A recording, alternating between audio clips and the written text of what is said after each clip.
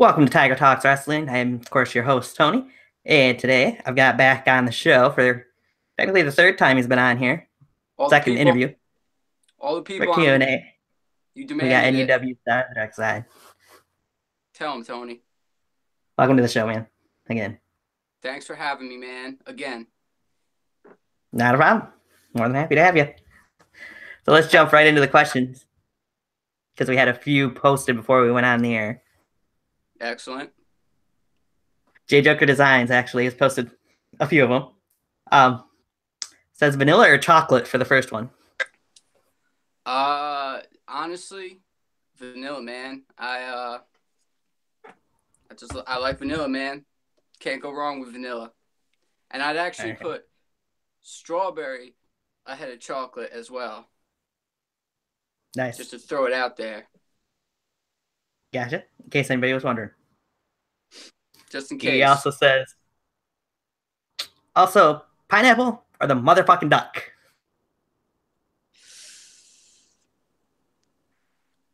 Duck. Care to elaborate? Nope. Okay. He also said, cause why? Cause I can. Love you, brother, DarkSide. J Joker, that's a good man right there. Good man. Get him to Best in the Yard 4. Give him a fucking plane ticket. Right. I hear you. He also would say two more questions. Watermelon or Mary Poppins? I mean, it really would depend on the context. But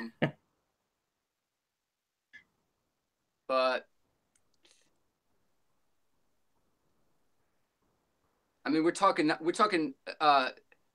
Mary Poppins 1960 or present day, because I'm pretty sure she's dead.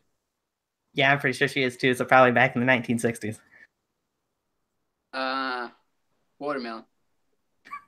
Okay. And you'd say, would you come back to fight Sexual Milk Smiggy Balls?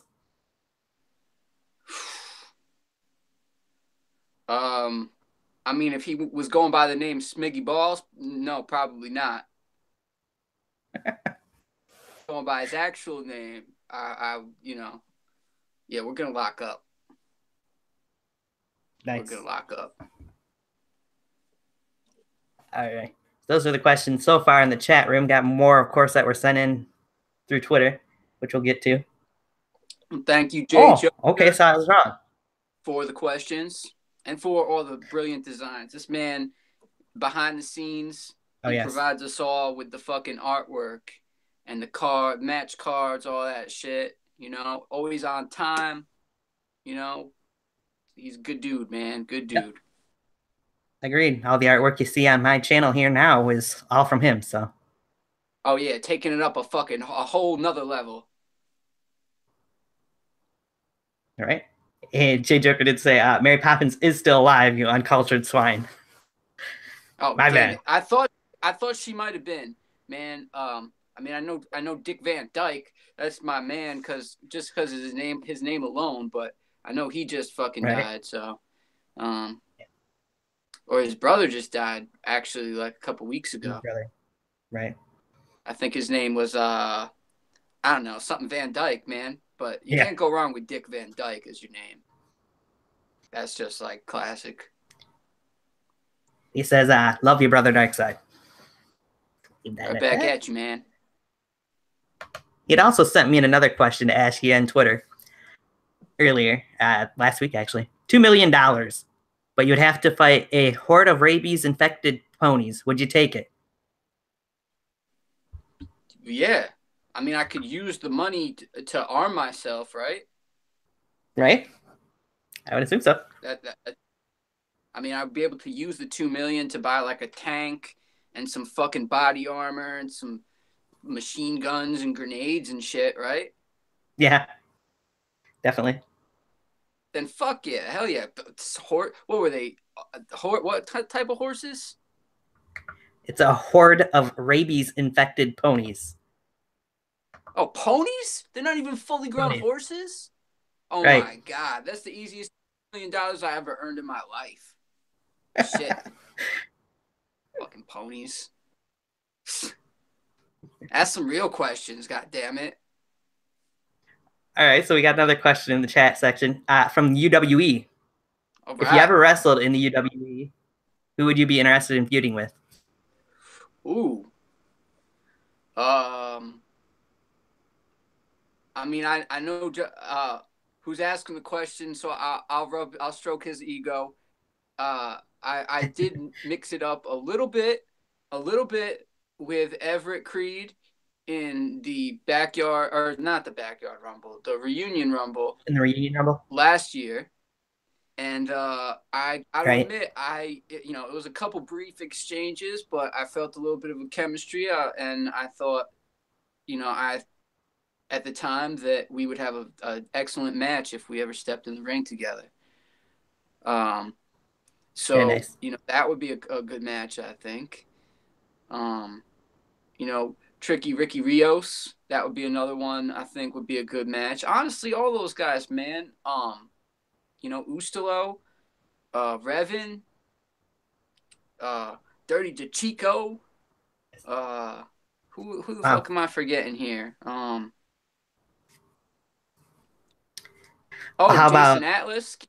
Jason Atlas. Yes. How about after the trifecta of matches we just seen, you and Lips? Oh shit. Well, I don't know. I don't know what type of existence Lips is dwelling in these days, but yeah. I mean, I'd fight anybody, man. Especially somebody that has a victory on my greatest. Somebody that I someday. That's one of my goals is to defeat Novin. Right. So anybody that's defeated Novin, I'm down to fuck them up and, see where I level up against them, Definitely. Something fun to see. Yes, sir. As we get some viewers in here, make sure you guys put in questions and comments in the chat section there. Yeah, you motherfuckers, you lazy goddamn motherfuckers. All you gotta do is type. Just type some shit. Type it, anything. I don't fucking care. But yeah, man, I definitely, it would be cool to go to UWE this year. And definitely I know those guys will probably be coming through to NUW. Yeah. So, I can't wait. Can't wait, man. I just want to mix it up with a whole bunch of people this year, man. The fuck you go, Tony?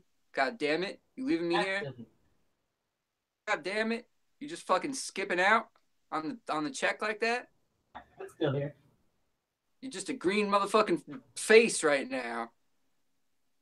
God damn it, Tony. I gotta take over the fucking show right now. Tiger Talks Wrestling. He's in there in the background somewhere, fucking playing with his stick. Trying to get his mic working. There he is.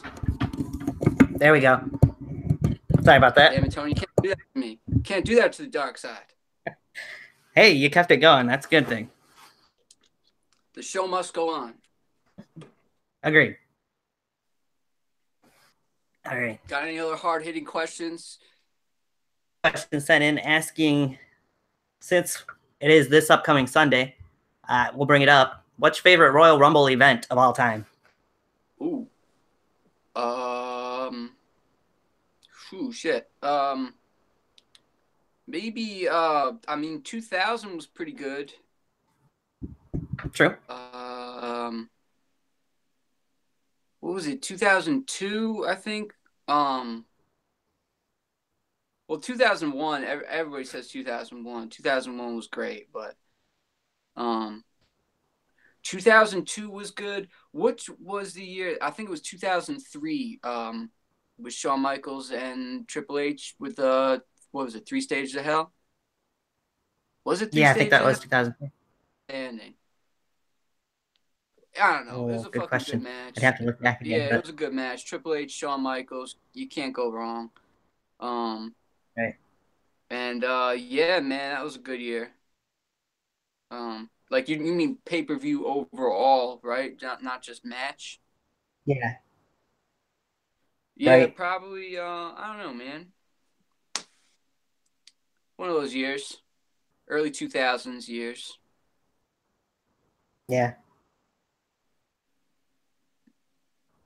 So I'm trying to get a little more of a response from J Joker on this question. He says, "Who would you say would be the one person that you would fight?" I don't know if he means just in UWE or in general.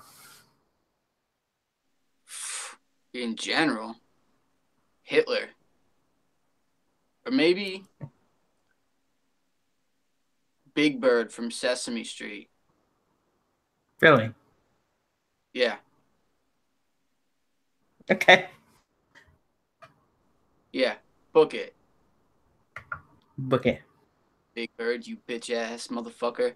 You feathery fuck. So since we're on the topic of the Royal Rumble event, how about a favorite Royal Rumble match of all time? I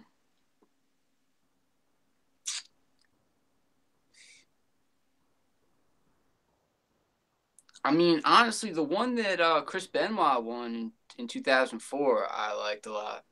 Yeah, it was really good. One, I thought, I mean, he was in there. I just heard today. I mean, I'm sure I've heard it before this, but he was in there for an hour and 42 minutes. And, I mean, granted, a Rumble isn't the most, it's not like a regular match where you're, constantly in motion. You can kind of just, go through the motions in it. But still, to be out there for an hour and 42 fucking minutes is crazy, man. Like, that's ridiculous. Yeah, it is. So, yeah, that was a good one.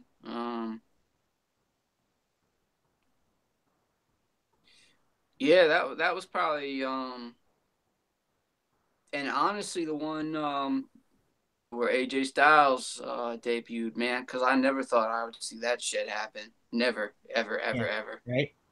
So that was fucking awesome. Thought the same way about that too until he did, and I'm more than happy that AJ did. So.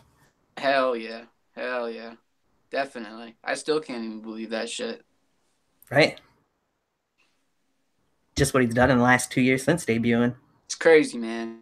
Crazy. That's why he should have been there a long time ago. I would have thought that shit. All right. And off of that, had a few more pro wrestling and WWE questions sent in, so I'll get those out of the way here. All right. How about a favorite WrestleMania event and why? The whole show? Yeah. I mean, it's going to be a little bit generic, man, but WrestleMania 17 was my favorite ever. It's just top to bottom, the best card. Like, everybody's on it, and the matches are so perfect. It's got one of my all-time favorite matches on it. It's got The Rock and Stone Cold. I mean, hey, you can't go wrong when you got a fucking Rock and Stone Cold. True. Main event for the title. Like, that's just as good as it gets, man. Agreed. All right. Yeah, that's definitely my favorite. This one's got to do with BYW and pro wrestling, but we'll go with pro wrestling wise first. Okay. Top 3 feuds in pro wrestling history. That you've seen. My top 3 favorite? Yep. Damn. I mean, I did, getting back to Triple H and Shawn Michaels, I did love that feud. That was a great feud. Yes, indeed. I mean, I'd have to be crazy if I didn't say, as a kid watching Stone Cold and Vince McMahon thinking like, yo, that's the fucking craziest feud I've ever seen. Because that was just fucking crazy, for its time period and everything. And what else?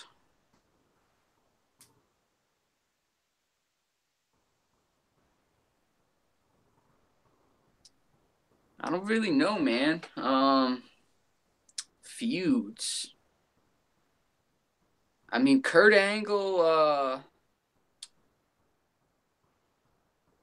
I like when Kurt Angle first came to TNA and him and Samoa Joe had their feud. Oh yeah.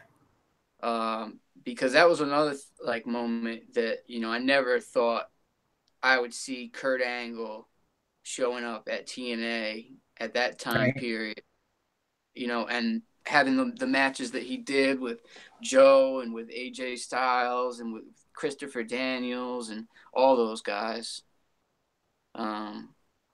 That was a crazy time period. That was an awesome time period for wrestling. Agreed. Well, for TNA. For TNA only. Yeah. If only they could have done something with that.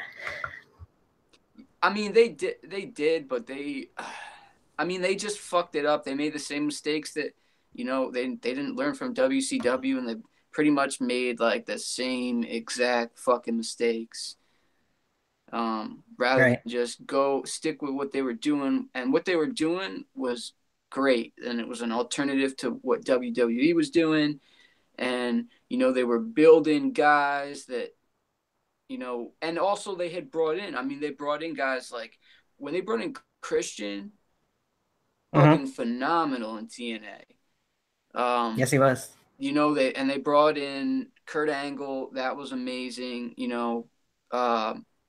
The whole main event Mafia period, that was cool. Like Sting was amazing in TNA. Sting was fucking brilliant. Sure. Maybe even had some of his best years in TNA, I think. Maybe not wrestling wise, but especially like character wise, promo wise, all that shit. Yeah, Sting was definitely on point. Yeah, TNA was fucking killing it for a while. Sure. It's sad that that it became what it became, but right. It is what it is. It happens. Right. And off of that, the other part of the question from the fans was your favorite BYW backyard wrestling feuds that you've seen. Let's go with what you've seen and what you've been involved in, I would say, but yeah, I don't want to say anything regarding myself, even though, and especially because, to be honest, I mean, I've really only had one feud, which is something that, like, sure. going forward, like, I really want this year to be, I have some ideas, some plans. I really want to have some good feuds with some people, but as far as things I've seen, I mean, I think that the feud between David Lowell, at least the series of matches between David Lowell and Shadow Grim, UW, those were all really fucking good matches, and they had a great chemistry. I did like the fuck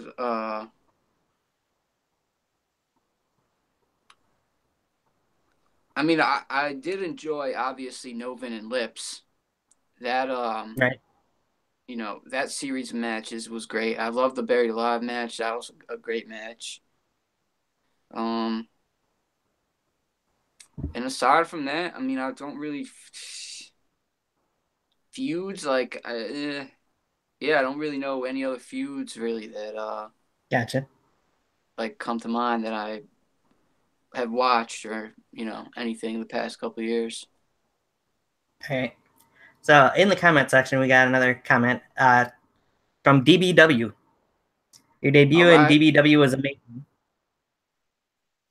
And your match with Navon and Mr. Judgment was crazy good. What a great match that was. Thank you very much. Thank you very much. Yeah, I hope to go back to DBW too. It's a great environment, and I definitely hope to showcase some skill there and, get in the ring and mix it up with some of those guys this year. Right. And I have a question off of that, but they asked first a question. How does the table explode like that? Jesus Christ. I don't fucking know, man. Force, impact, mass, trajectory. I don't fucking know. I don't know the physics behind it. I could barely say it. So I don't know, man. I was up there, like I was touching the goddamn ceiling. That's how Mm-hmm. high up I was. And if I could have gone higher, I would have gone higher. But um, yeah, man, that table. I don't know what the fuck made in fucking shit. Right. So I got two questions for you off of that match. First, a jack-o'-lantern with barbed wire. What the hell? Yeah, man. It came to me in a premonition. Uh, at first, actually, I was going to light the jack lantern on fire, and it'd be a jack lantern with a Right. candle in it, and I was just gonna douse it in lighter fluid. But then I thought, like, we're indoors. Uh, I'll save that for when we're outside. Yeah, And that'd probably be better. the idea of barbed wire just hit me and came to me. Gotcha. And It's off of not that, that you'll see how was pumpkin either, by the way. no? Yeah. Off of that, how was working with Mr. Judgment for the first time in that match? Excellent, man. I mean, he's a big motherfucker, that's for sure. Uh, he definitely has a lot of power, a lot of fucking. He got me in the mouth a couple times, but I know I got him a couple times. So, um, it's when you're in there and you're giving it your all, and you're going toe to toe with somebody, and you have a match like that. Um, it just speaks volumes about the performers and everything, and that Mr. Judgment, he's on that top tier of performers in BYW, and Yeah. that's going to be evident going forward. I think this year. What was your favorite part of that match to I either am going to be? fuck him up though. Again, Tony. Just so you know, Yeah. and all your fucking viewers know, Mr. Judgment, I'm not fucking done with you, motherfucker. All right, you pinned Navon's bitch ass. You didn't pin mine. True. Just know that. You didn't do shit to me. And DBW says Mr. Judgment says it was a pleasure to work with you, and I know we will see you this year. Oh yeah, you're gonna be seeing me, motherfucker. You're gonna be seeing me. I'll be there. That's for sure. Fucking the dark side, Okay. bitch. So, all right, we got Riley Bates in here from SBW says, "Hey Tony, hey DarkSide. I don't know if anyone had asked this yet, which nobody had, but number one, will you be at the Reunion Rumble?" In No. And number two, when do you think you are going to get the chance to face Ecstatic?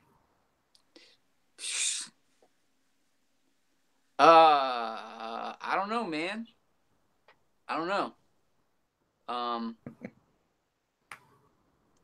I don't know. You want the honest answer? You want me to vent right now, Tony? Go Is that for what it. you're trying to fucking get me to do right now?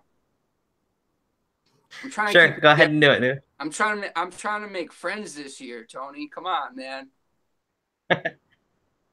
God What damn fun's it. that? All right. What? So what fun's that? I don't know. It's no fun. Um.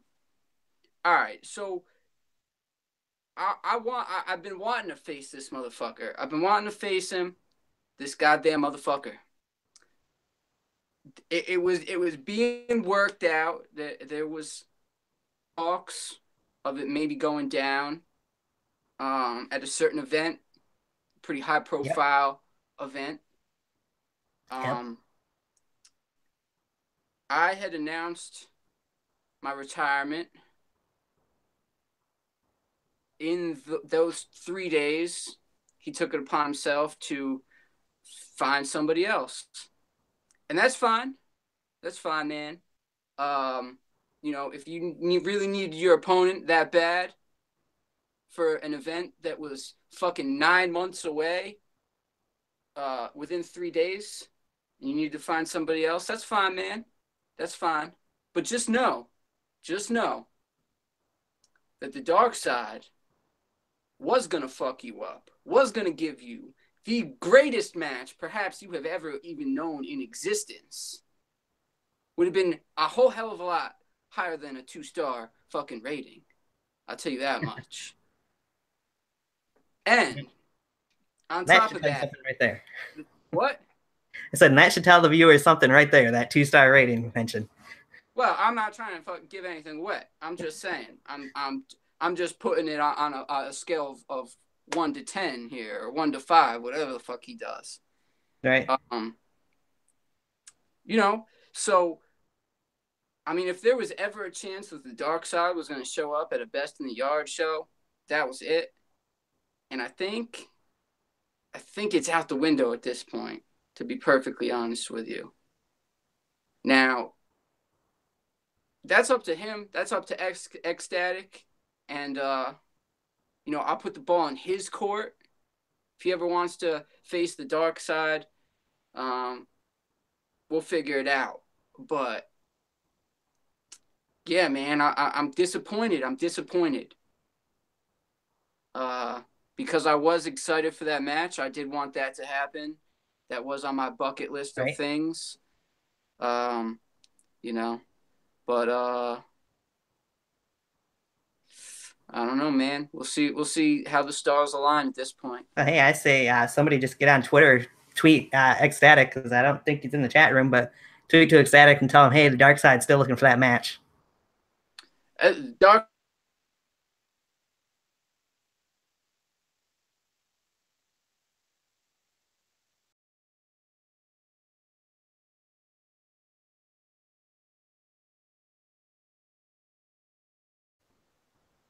man, let's just make some magic, Ecstatic.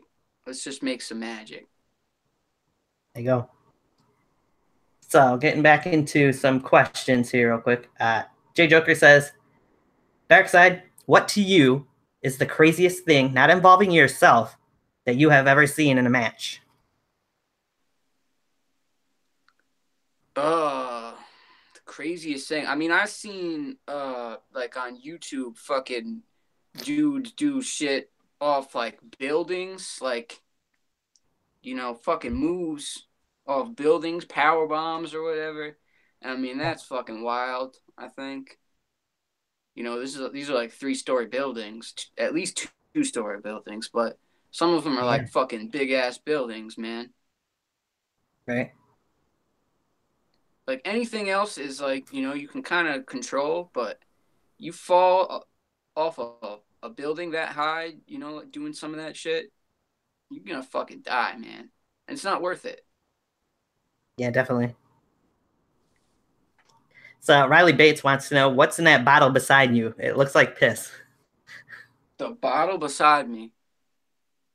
Yeah, it's a clear bottle there beside you. This one? Nope.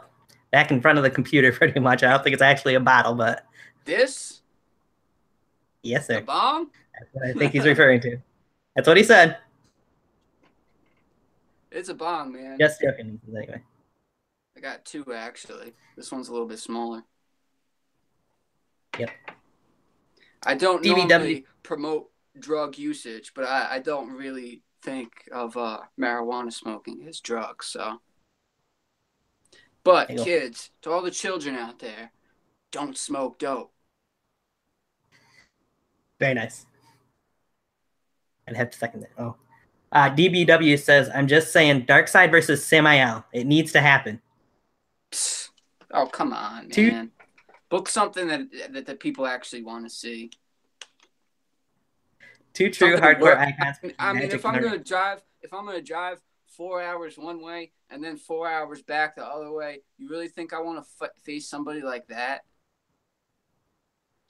Come on, man. Good point. Come on. Give me a proper booking. All right. And SBW says, what is the longest match you have ever seen? The longest match I've ever seen? I don't know. Maybe probably like a Royal Rumble. Probably one of the Royal Rumbles. Definitely. They usually go past. DBW mentions, since you said that about Samael, he is the World Extreme Champion. So? Right? I say, anybody can get lucky, man. Anybody can get lucky, especially when you're using weapons and shit. Who'd he beat? Huh? RJ Carnage? Yes, he did. With all due respect, has RJ Carnage balls even dropped yet? Oh. I'm just saying, with all due respect. I mean, Right? is this a man sport? Or is this fucking little kitty play pretend?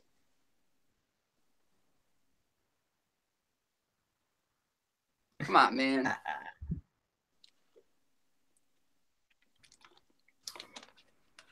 RJ Carnage is a phenomenal competitor, but come on, that man. Is. And SBW asks, don't know if this has been asked, which kind of has, but kind of hasn't. But if you could face anybody in backyard wrestling, any one person, who would it be? I don't know. I mean, there really isn't one person that stands out above all the rest.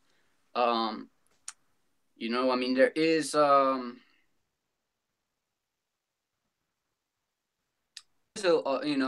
few guys. One guy by the name of Mike Damage, who used to wrestle in BXW in Allentown, Pennsylvania, and I'd love to get in the ring with him. He was a great wrestler.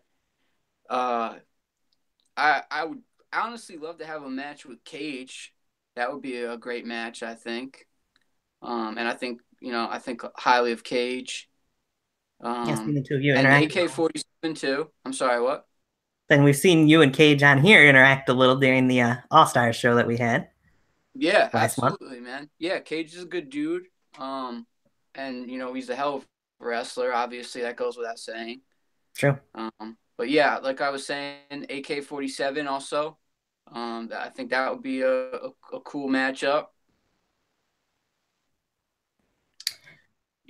So speaking of AK-47, what did you think of him coming to NUW for King of the Yard last year? Excellent, man. I wish I hope that if that does happen again this year, that he will come back again. I hope that he will bring Cage. I hope that more guys will come from. Honestly, I hope there's more guys that come from even out where you're from in Michigan. I hope we get more guys coming from. I mean, it was great last year that we had guys coming together and everything, but it would be great to showcase maybe more, a couple guys from companies that are far off, or that maybe people haven't heard of or aren't as familiar with. Definitely. I think that do what if you're going to do another 32-man tournament, I would say maybe have less representatives from one show in particular than what we did for the first one.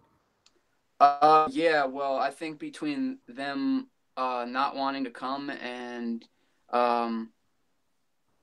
we'll just leave it at that. That yeah, it'll probably be a little bit more diverse this time around. Yeah, but that's fine, man. Everybody. There's a lot of guys coming up that weren't in it last year that deserve an opportunity, and I think that they deserve to get it, and it'll be a great tournament. Whoever is involved, we'll make sure that it's a great tournament. Well, I'm sure. We got another question in the chat section. SBW Steven Hazard, sorry if I mispronounced your last name, says, if you could face Chase Bridges, who do you think would come out on top? He says he thinks Chase would.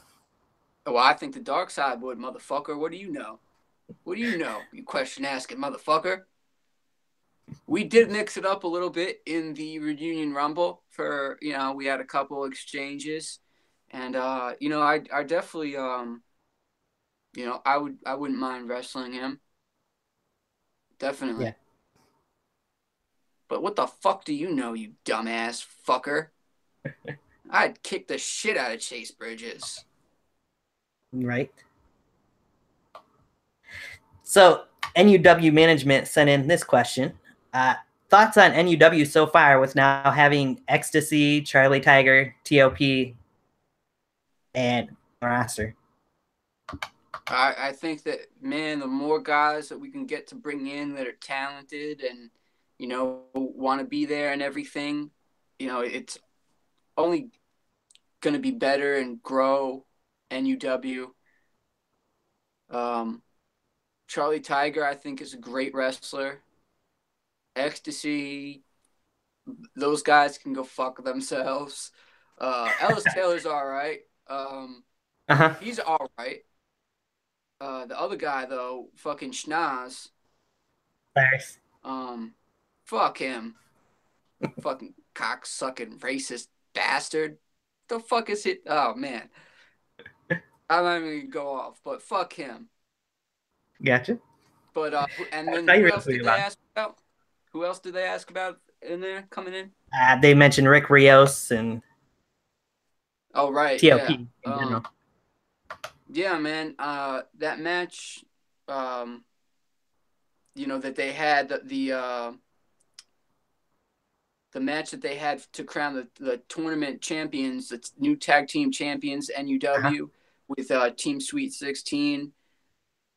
You know, that them coming together as a team.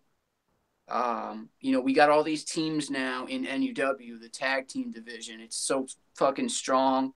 You know, DarkSide's not really the type of person to team with anybody, but if he did, you know, damn, it would be rough right now in this tag team division.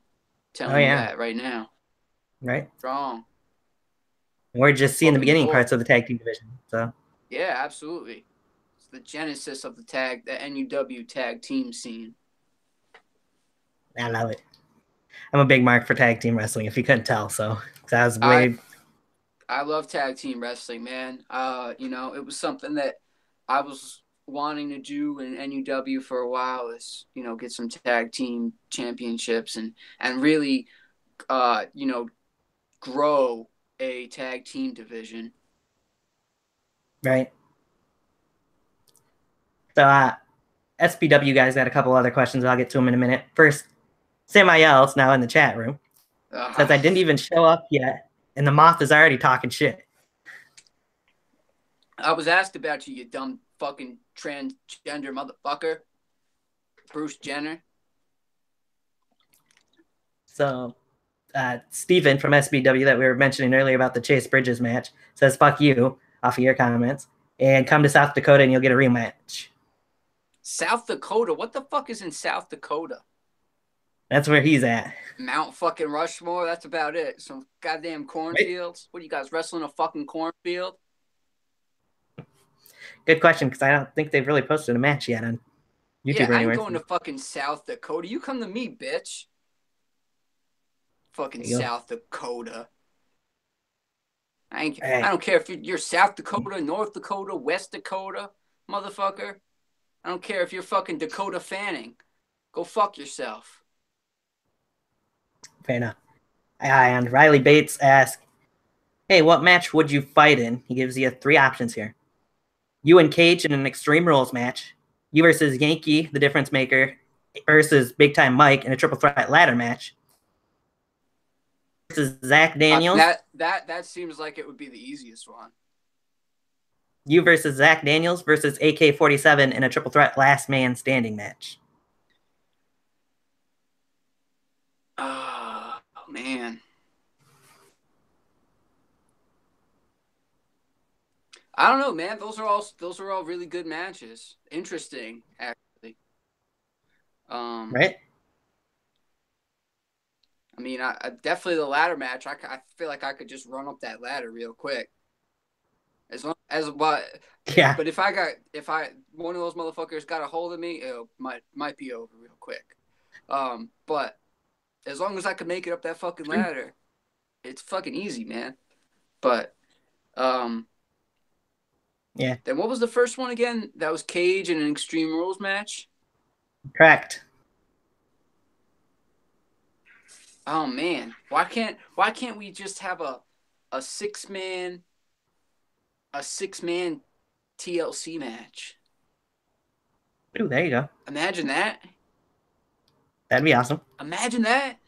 Come on now. Yeah, I can match it. Come on now. God damn. That would be a fucking. But man, Right? give me the book, man. Let me just start fucking booking matches right here and now. Right? There you go. Yeah, I'm not answering Start that making. because I came up with something even better. Yeah, That would be a fucking match. it would be. The 6 of you in that.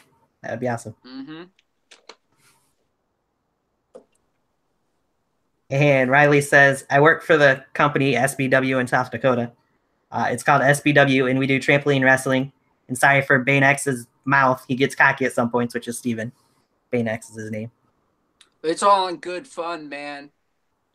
The dark side's not mad at anybody. The dark side hopes you guys keep progressing. You know, I started out on a trampoline at one point too. And, you know, I never thought, honestly, you know, when I was doing it as a kid, there wasn't, I mean, sound that old and shit, but, you know, there wasn't YouTube really. Right. You know, people were putting the matches up there, and, you know, I didn't even know, you know, I knew through like DVDs and stuff like that there were people out there that did backyard wrestling and stuff like that. You know, but there was no, I didn't know that there were pockets of, you know, people and groups like this. And to be honest, I didn't even know that NUW was in my home city until about, I don't know, 2 or 3 years after they started. Yeah. And you know, I wished if I knew that they were here the whole time, I would have been going crazy doing that, you know, right, that shit. But you know, yeah, just man, just keep doing it, your thing. You know, even if it's trampoline wrestling and you're having fun with it, there's nothing wrong with that. It's better than wrestling on the ground, but yeah, oh, wow. Yeah, I've had a couple ground matches. The videos have since been lost to time, unfortunately. I wish they weren't because they were pretty fucking crazy. Yeah. Choke slams off ladders through tables, all types of crazy shit. Damn. Steven or Banex for SBW says, hey, we posted a video on our channel. Sorry, I haven't seen it, so. Yeah, what the fuck do you think? We got time to sit around waiting for SVW videos? God damn it. This ain't fucking... Nah, I'm sure you guys are fucking great. Well, I'll check it out. Send me a link or something. Subscribe to whatever, my channel, DarkSide Wrestling, and I'll check out your video. I don't know what this has to do with anything, but Riley Bates says, hey, if it's cold up there, come on down to South Dakota. We have 20 or 10 degree weather. Whoopee. Yeah, I mean, I think it was like 22 here today, and so yeah, I don't fucking know what that has to do with anything, man. It's fucking cold here, and if I was cold, why would I come? What the fuck? What the fuck? Go chuck some fucking corn, motherfucker. South Dakota, motherfucker. Right. And Riley, yes, he does have Twitter. It's linked in the description there. Go ahead and follow the dark side on there. Either now or later, whatever. No, do it now. Immediately. There you go. And the next says, who do you think is the greatest backyard wrestler besides you? I don't know, man. I don't like to pick like greatest because, you know, honestly, there's some people that are absolute trash, garbage. They should never ever wrestle ever again. But there's giant fucking pile of people that on any given day could classify as being the best, or, you know, they could put on a performance that is a level above the other performances. there's a bunch of people, and to pick any one of them, I can't really do that, to be honest with you. I think there's a bunch of guys that are really great at what we're doing. Yeah. But the DarkSide's the best. But Jay Joker says, what are your thoughts on the XFL returning? Hope, honestly, I mean, it's cool. It is cool. But I don't know how it could possibly succeed. And I feel like even after one, it's kind of, I mean, even back then when he did it, it was taken as kind of a joke. And right. Now, especially, 15 or whatever years, over 15 years after the last one was a horrible flop. Like, it made it one season. Like, it didn't even make it to 2 seasons. Right. It was horrible.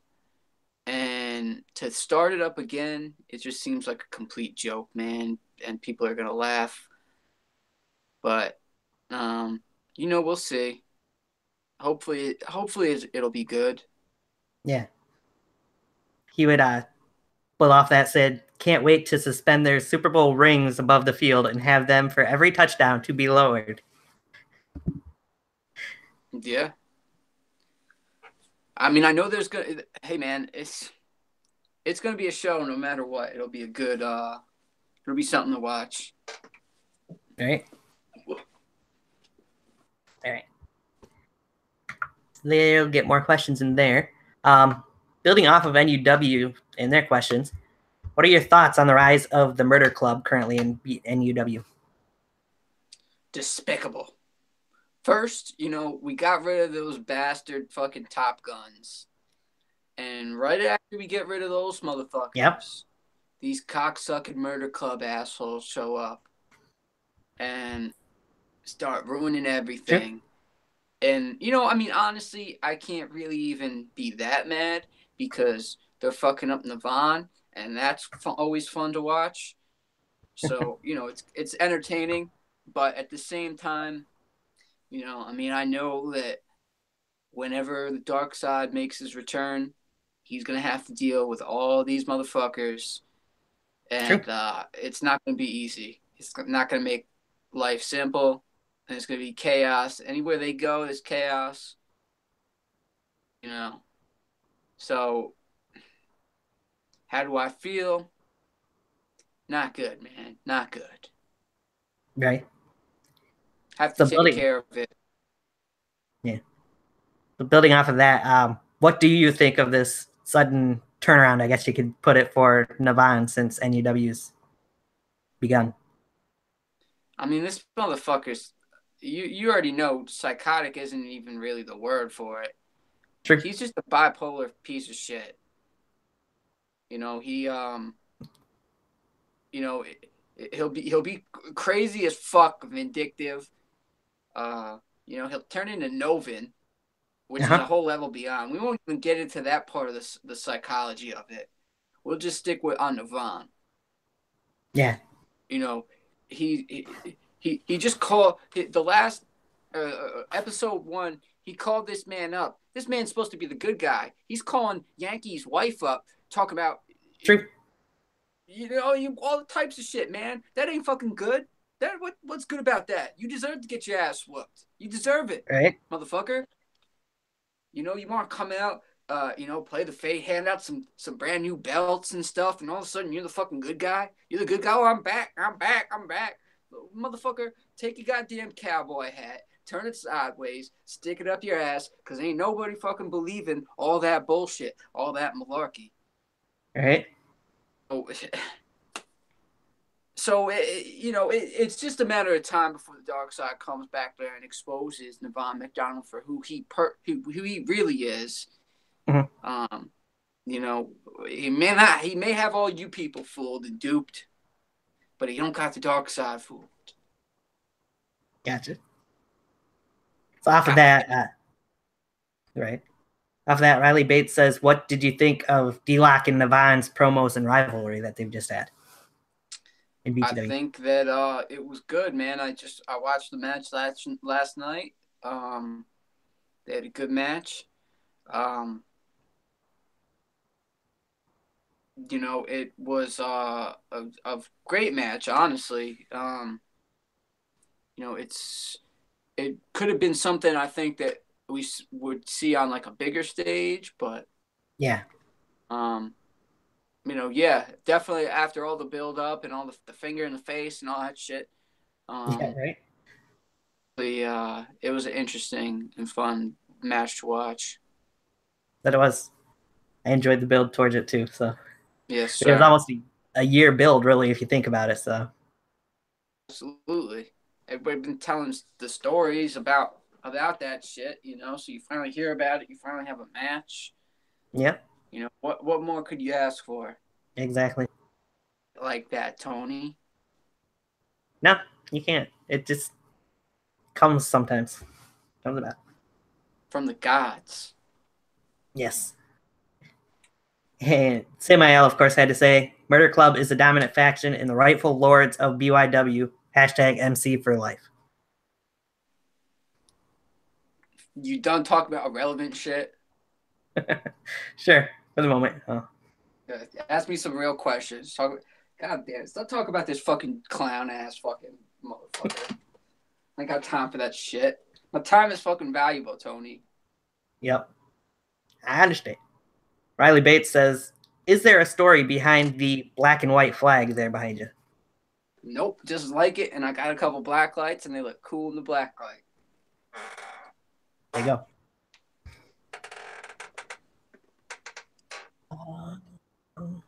So a fan question was sent in. What made you decide to use American Psycho 2 by D12 for your theme song?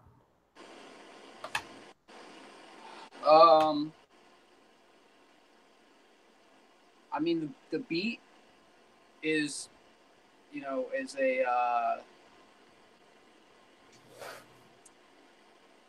it's a different kind of beat, and it just has that vibe of like, I don't know, it's just slow, kind of slow tempo, and on top of that, the lyrics, I don't know, they kind of paint a picture of a little bit of what my character is and all that. Mm-hmm.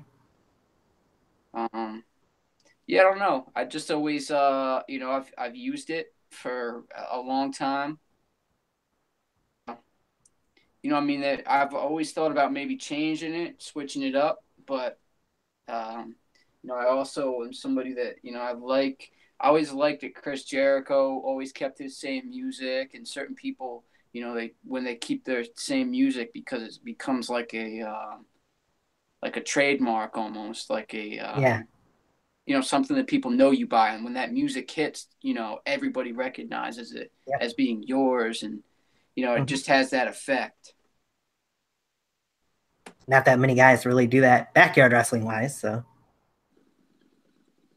definitely feel you on that one. All right. So Phoenix from SBW says we'll get back to more music questions in a little bit, but his question is revolving around his earlier question about you versus Chase Bridges. If you could have the match with him and could choose any match type, would you rather face him in an Extreme Rules match, ladder match, or a tables match? Probably Extreme Rules, because I could use all that shit. You got to think. Right? You got to think about these things. Yeah. Like a tables match, I'm only putting them through one table. Ladder match, Sure. what, I gotta climb the shit. I'd rather use any weapon I could possibly, anything, and I'll Including the kitchen fucking thing. bash your fucking brains in, motherfucker. Who was it? Chase Bridges? He asked me about. Yeah. Has Chase Bridges even? Oh man, come on. I mean, don't get me wrong, and no disrespect. I don't watch a lot of VTW, but I've never seen Chase Bridges do anything hardcore. True. I don't recall it either. I mean, if he has, I'd love to see it. So yeah, be interesting to And see. that's no disrespect to Chase Bridges. He's a phenomenal wrestler, but there's fucking there's being a good wrestler, and then there's knowing how to fucking use weapons, and then there's being the dark side, which is all the above, motherfucker. There you go. Sam Mayal says, "Yeah, Tony, taking up his valuable time, sitting on the sidelines, crying about his head hurting." Motherfucker, I ain't crying about shit. I fucking wrestled with my goddamn head hurting, and I got my shit smashed into a fucking pumpkin on top of that. My shit hasn't felt the same since. If there was any wrestling going on right now, part of it. So why don't you shut your dumb fucking skirt wearing ass up?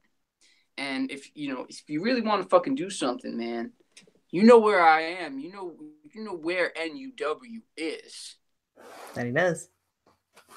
You got to ride. You might need to trick some gas money on the corner.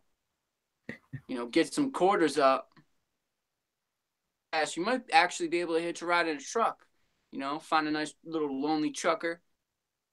Get your ass over here to New York. And maybe, just maybe, I'll beat your ass if I got time for it. There you go. Jay Why Joker. are we still talking about this fucker? Why are we still talking about him? I gotta read through the questions and comments when they put them in there. You can't him or some shit? We'll get on to it. Move on from him for now. Till he pops up again. Jay Joker wants to know. He's gonna. No, he's gonna. He's like fucking herpes, man. Yeah, I know he's gonna pop up in there again with something. Jay Joker asks, "Why are you a crazy motherfucker?" Why? Why? Probably partly because of genetics, my upbringing, a former drug addiction, getting my head smashed and battered, and all types of shit. Why else? I don't know, man. I think that probably covers all the bases. All right. And Riley Bates says, "If you imagined yourself in a video game, who would you fight, what match, and where?" Ooh. Or any BYW game. I mean, probably Hell in a Cell. That would be. That's probably the one match I would love to do. In real life. Right. In a real Hell in a Cell. Elimination Chamber would be cool too, but Hell in a Cell would just be awesome. Oh yeah. Again, did he ask against somebody? Yep. You could pick anybody. Against fucking. Actually, no. It's too good for bad bitch ass Sam IL.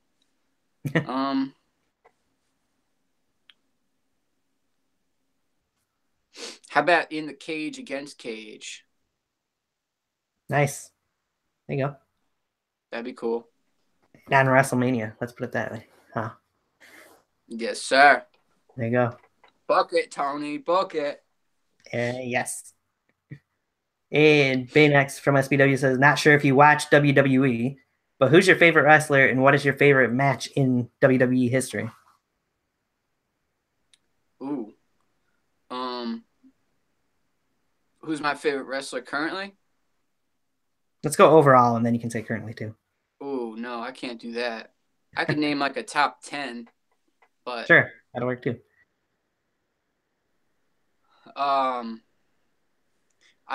It wouldn't even be in order. I can't, like I said before, man, I can't pick favorites. No order. I'd say Eddie Guerrero, AJ Styles, Rob Van Dam, Shawn Michaels. Is that 4? Yep. Shawn Michaels, Kurt Angle, Jeff Hardy, Chris Jericho, Stone Cold,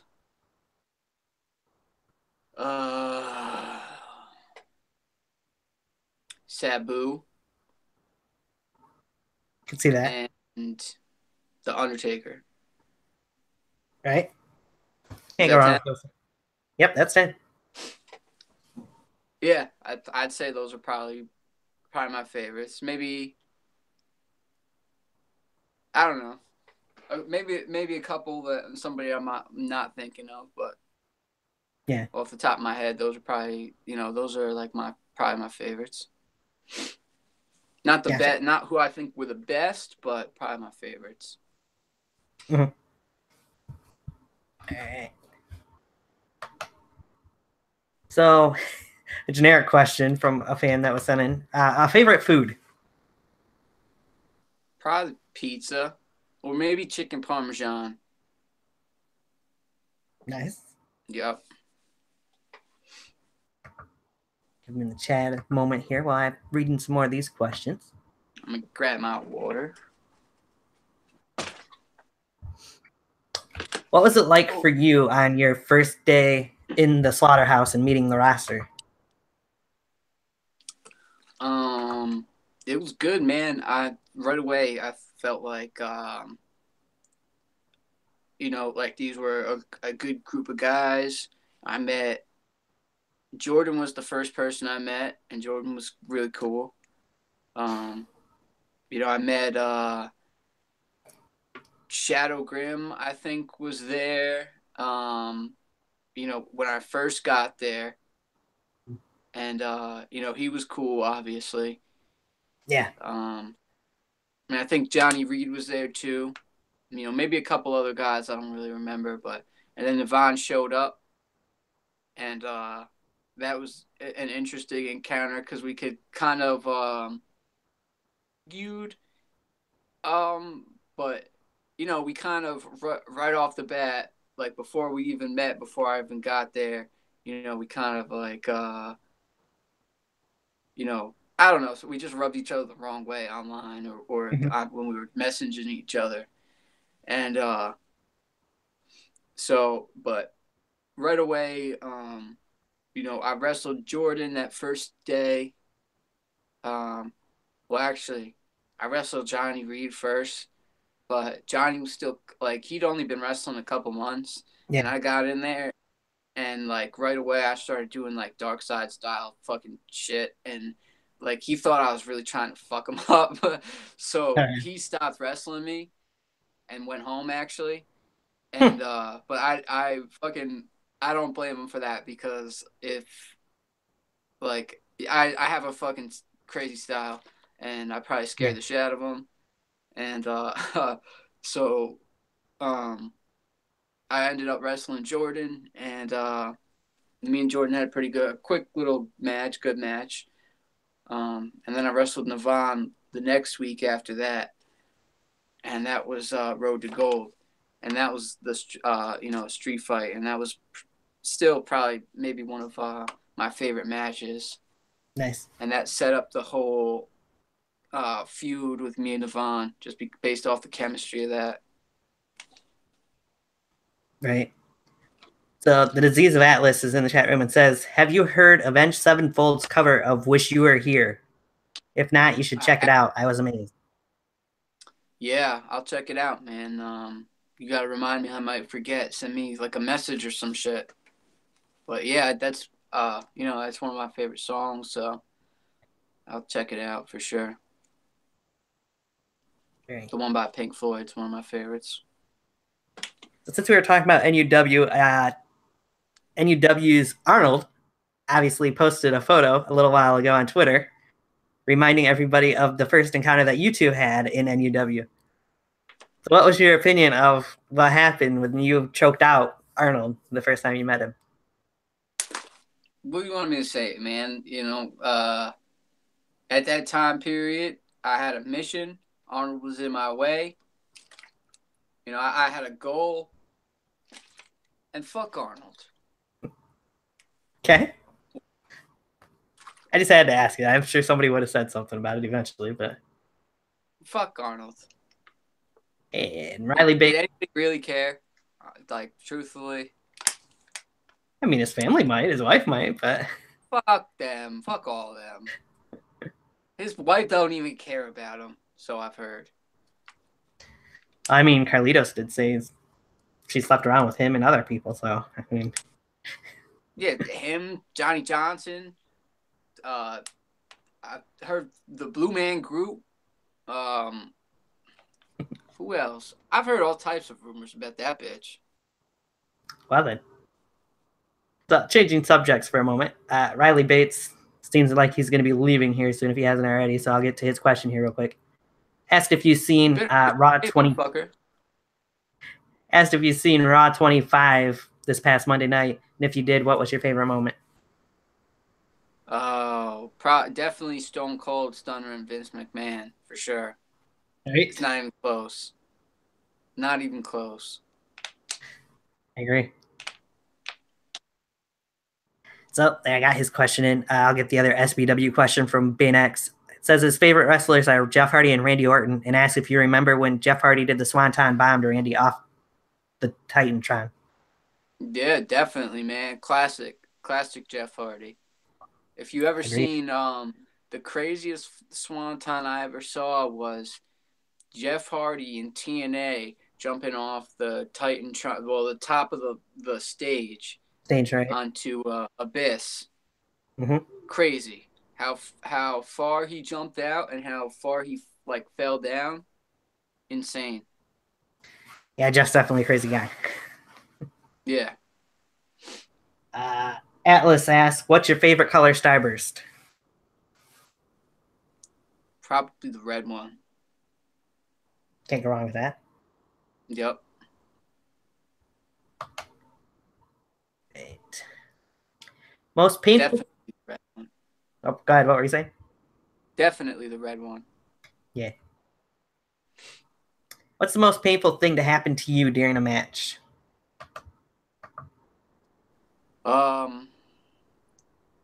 Either, well, in King of the Yard, there was the fan shot. The last time he hit me with the fan, Mm-hmm. That's when it ended up busting me open and making me bleed. Right. And it hit, like, he hit me with the the hardest part of it, and it just went straight into my skull. Ooh. And that hurt a lot. And then the leg drop, when he dropped his leg, the Undertaker leg drop on the apron. He went up fucking high as fuck. And I did move my head a little bit to try to avoid it, where I thought he was gonna land. And he ended up coming down straight on my head, and that's what fucked my head up and gave me the concussion. And that hurt like a motherfucker. And aside from that, when I was younger, I had a match where I jumped off the roof and did a swanton bomb and ended up landing on my tailbone and breaking my tailbone. And that was the most excruciating thing I've ever felt. Yeah. It took years. Like, I could barely sit in a chair normally for years. That shit would fucking just, like, every now and then I would just move a certain way and there would be like a sharp pain that would just shoot up my spine. It would be fucking so much, so painful. Right. So yeah, that was definitely the craziest, most painful thing that's ever happened in a match. Wow. But yeah. SBW's Baynex says, hey, I'll follow you on Twitter and I'll send you a link to my channel. All right. Good shit. Good shit, sir. And the S tier himself, one half of Team Sweet 16, David Lowell. Aha! In the chat room. All right. Thanks for coming out, good brother. All right. He asks, what do you think about egos within backyard wrestling?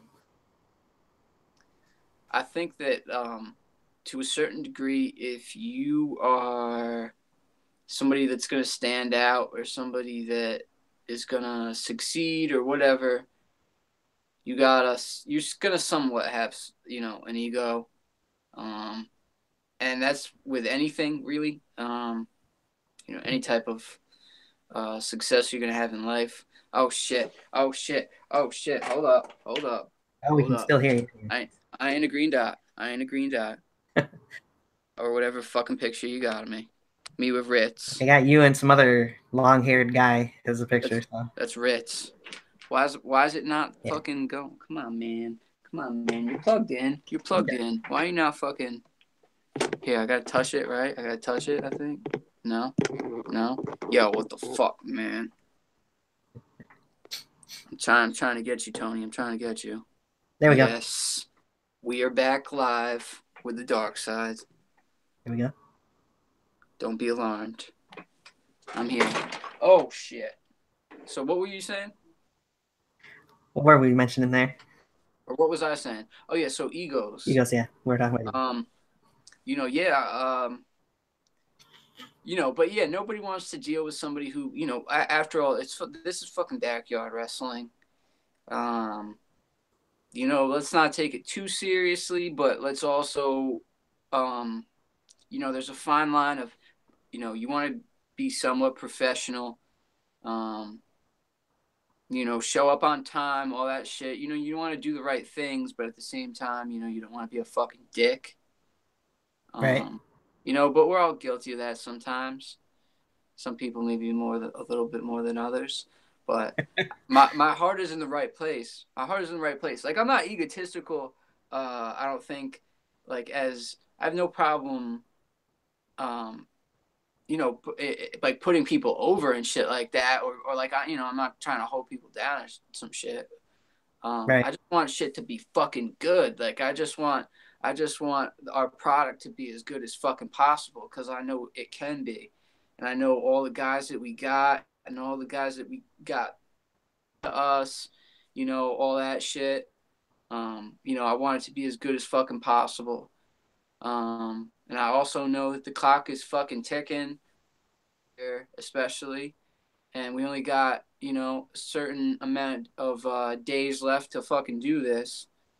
And, I want to make the most of everything. Right. I kind of took that question off into a plateau of shit, but that's all right. It's all relevant, man. There's a Q&A, man. You're picking my brain right now. Yep. So Samuel actually had an okay question this time. How was facing the dragon in KWA? Oh, the dragon, man. I come up to KWA, and I'm told, facing this man in a mask. He goes by the name Dagon Ra. Yep. What the fuck is Dagon Ra? Right. Who the fuck is this guy? And he goes out to the ring, and he's just fucking. They're telling me I'm facing some Japanese wrestler. I'm thinking I'm facing some asshole the size of fucking Tycoon Mikado or some shit. Rest in peace, Tycoon Mikado. But, I'm thinking I'm facing some fucking little ass fucking punk. And, out comes this fucking fucker. Right. In a mask with fucking fur. And, they expect me to fucking break him down after traveling all the way fucking there. 2 hours. 2 motherfucking hours. Can you believe that? In the car with Paul Peterson? Oh. Yeah. No, I'm just kidding. I love Paul Peterson. I pick on Paul Peterson because I love Paul Peterson. Yeah. Atlas says rest in peace, but he also says, is it true you hate the word fuck? I hate the word fuck. Is that true? That's what he asked. Is that what you've heard, Jason Atlas? It appears that way. I don't know what rumors have been circling, but I'm quite partial to the word fuck. Alice also said, happy you had the honor to wrestle Tycoon Mikado before he passed away. Yes. I remember well. It was the Day of Destruction Gauntlet. Yeah, it's a sad thing that happened. Very sad. You never want to lose a member of your roster. That shit happens. Planes crash, motherfucker. Right. What are you gonna do? You goes up, sometimes must come down. I mean, it always must come down, but sometimes it's gonna fucking come down, not the way you want it to. So off of that, I was actually sending a question regarding that. At the Backyard Rumble 2, of course, it was revealed. It was revealed that Tycoon Mikado was in that plane crash. Any thoughts on that tragedy? Apparently, he got cut off there. Yeah, we're good, man. This fucking goddamn camera shit. But what'd you ask? The question was, building off of the announcement that Tycoon Mikado was in that plane crash at Backyard Rumble 2, any thoughts on the tragedy, on the accident that happened? Yeah, I mean, it's fucking horrible. It's terrible. It should never fucking happen. The fuck you want me to say? What do you want me to say? It's fucking good? What do you think I'm going to say, Tony? God damn it. Hey, it was a question I was sent in. It's fucking terrible. What the fuck? The man died. 78 people on a plane crashed and fucking died. The fuck do you think? Yeah, it's fucking great. Yo, I'm gonna punch this goddamn phone. This fucking piece of shit fucking phone. All right. J Joker says, knowing Tycoon Mikado, he is up in heaven trying to fuck everyone there. Yeah, I mean, anyone or anything. Right.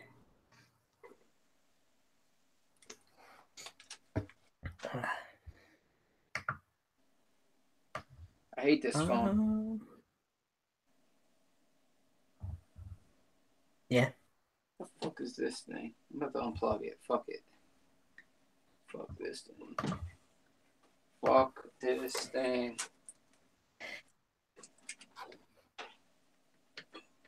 Ooh. NUW is now in the chat room. It says, right. Or tycoons trying to bite their nipples. He does do that.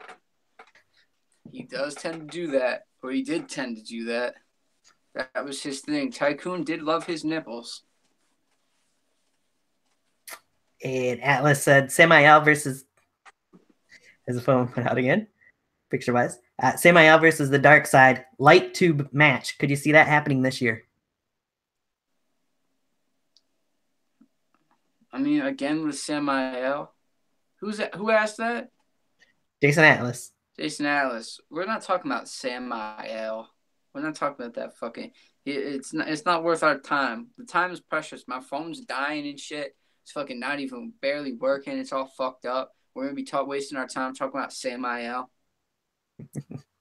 For God's sake. Moving along. David would ask, thoughts on what is appropriate entrance music? What is appropriate? Yep. Who said this? David Lowell. What is appropriate entrance music? For in what context? Like in what way? Give him a minute to answer that, and I'll go into a next question. What? So, I'll move into the next question. We'll get back to that one in a minute. What are your favorite types of animals? An owl, a bear, eagles. I like eagles. Any big type of jungle cat. Mm-hmm. Or a jaguar. I like penguins. Penguins are cool. Oh,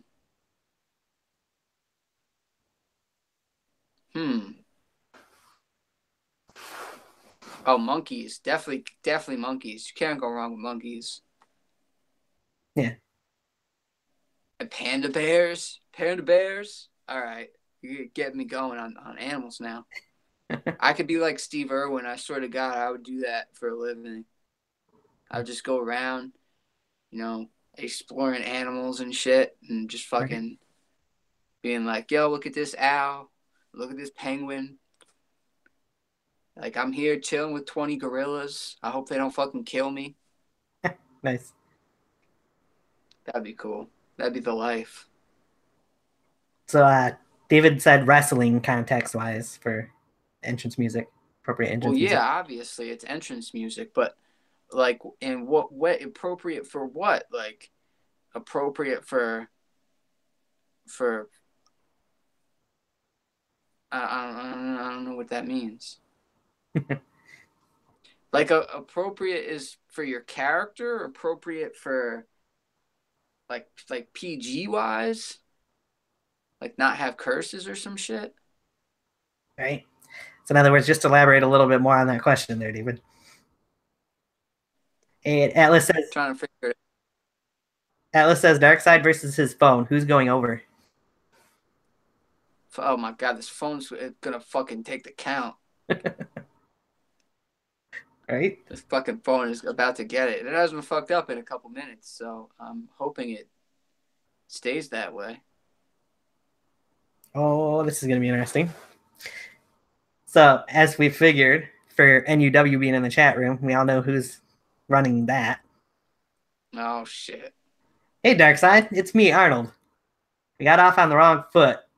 You have issues with my brother, but I think we're okay, and I actually respect everything that you've done.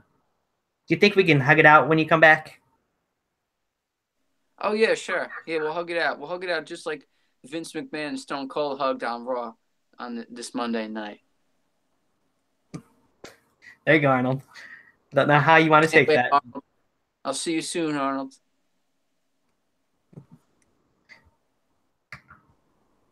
See if David says anything about that. Elaborate more. Yeah, I'm interested to know what he means. Off that, another question sent in. What are your thoughts on Johnny Johnson? He's a fucking crackhead? What do you mean, Johnny? You know, he calls the matches. Yeah. He's all right. I paid him a couple times to do me some favors, but all right. What the fuck do you want me to say? He's a goddamn junkie. Just reading the question, man. Arnold said trifling to what your response was. All capitals, of course. Fuck Arnold. Said it once, said it again. Fuck him. There you go. Samuel says, hey, Arnold, how is Biddy 3? Yeah. Why are we talking about Samael? Fuck Samael. All right, so more importantly, Jay Joker says, do you miss WWF ice cream bars? Because I fucking do. Yeah, man. Absolutely. I don't know why they wouldn't bring those back. Yeah, I don't know why they wouldn't either. Everybody likes ice cream. Yep.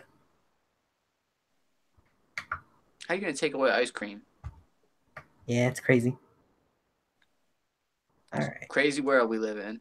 True. Yep. So NUW sent in a few other questions. We talked about they wanted to know what was your overall experience traveling to DBW besides just being in that triple threat match. It was good, man. It wasn't. I mean, it was a long drive, but it was just long enough. It was pretty good. For about 4 hours. We were living large in a hotel, nice hotel. We could have stayed in the cheap one, but instead we opted to spend a little bit more money and stay in the nice Marriott, the real Marriott. Nice, everything was nice, fresh, brand new towels, all that shit. And we got some good pizza. I forget who. I think it was Commissioner Pervert. He suggested some good pizza to us. Uh-huh. And it really was good. But yeah, it was a good overall experience, man. All those guys are pretty good guys. I think all those guys are good. It was sad that Paradox just retired. I wanted to wrestle Paradox. It'll be good going back there. Hey, Jason Atlas wants to know, is your new signature weapon the kitchen sink? I mean, I have a bunch of weapons you could consider my signatures, but a kitchen sink is something you will be seeing quite often. I can say that. Gotcha. And Riley Bates back in the chat room says, if you had to and he called you into the sewer, would you fight it? What the fuck is it? I have no idea. Like I just it read the from the question. movie It? I believe so. Wait, is it pulling me into the sewer, or is Riley pulling me into the sewer? It would be. Well, I mean, if he pulled me into the sewer, I would have to fight him, right? What other choice would I have? Right? I'm gonna let him kill me? Yeah, definitely not. Yeah, I can't do that. I gotta fight him. Fuck Right? him. I kick his ass too. Fucking drown him in some shit water. You fucking clown motherfucker. Bronk, bronk, bronk. Dumbass. Right? I fought motherfuckers with clown hair before. Comes with another question. Will we ever see the dark side in UWE, LCW, or VTW again? If so, who would you be looking to get in the ring with? I could definitely see myself in UWE for sure this year. As long as the Booker man will have me. Definitely will be down to go there. And LCW, I definitely I threw out some feelers. I said, you know, you guys should book the Dark Side. I don't know who does the booking over there and everything, but nobody mentioned anything to me. So, but definitely in the future going forward, fucking goddamn, I gotta figure out what's good with my phone. Definitely in the future going forward, I'd like to go over there.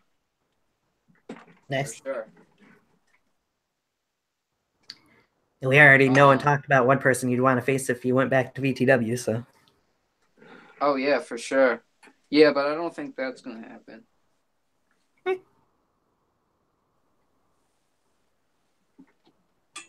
All right, and we got another question from Arnold, which I'll get into here in just a second. Fucking Arnold, I gotta figure out what the fuck is going on with this phone, man. I keep plugging it in, it's not charging. I don't know what the fuck is going on.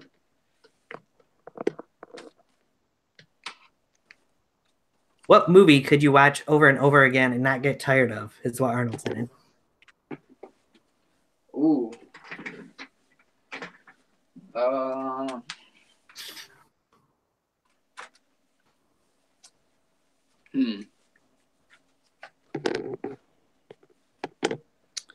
Shit.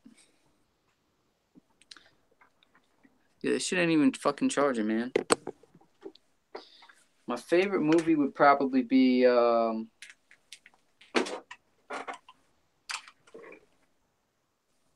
maybe Jaws. I love Jaws. Jaws is probably my favorite movie all time. Yeah.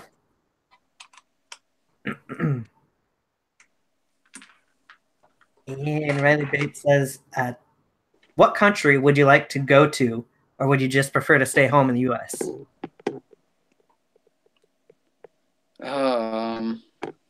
New Zealand, probably. Nice. This is going to be interesting. Jay Joker says, who would you like to beat up more? Navan, Novin, or Arnold? Sorry, Arnold. Novin. It's not even close. I'd like to beat them all up. Oh, I think I finally solved my fucking problem here. I'd like to beat all their asses, but definitely Novin the most. And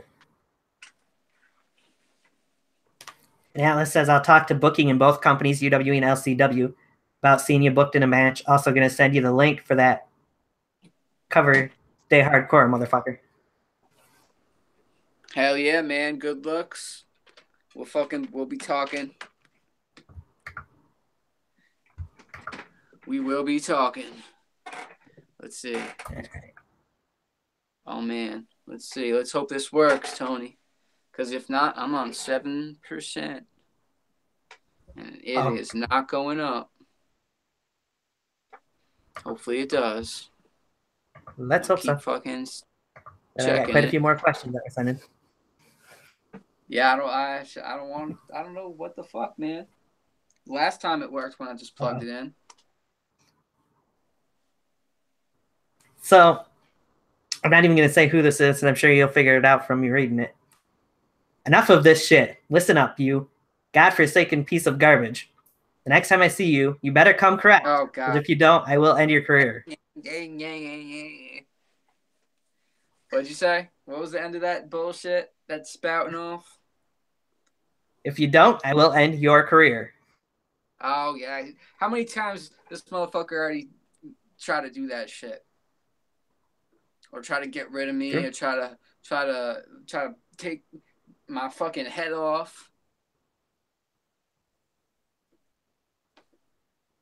Too many to count?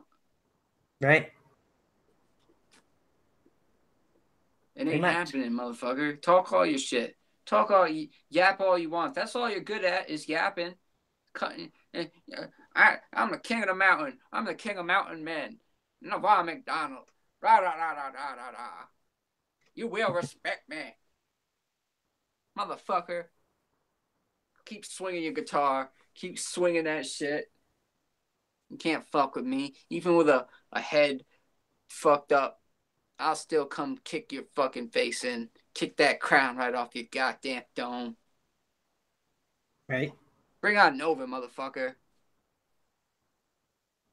How was it sitting in the crowd for watching Samael kick the shit out of Novin at Battlefest? That was awesome. That was a great match, honestly. I was the cameraman actually for that match, so I had the best seat in the house.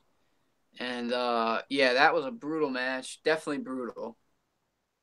I had no idea who fucking Bruce Jenner ass chamber was before that day, and afterwards I definitely was like, oh shit, I could definitely see myself having a match with that motherfucker.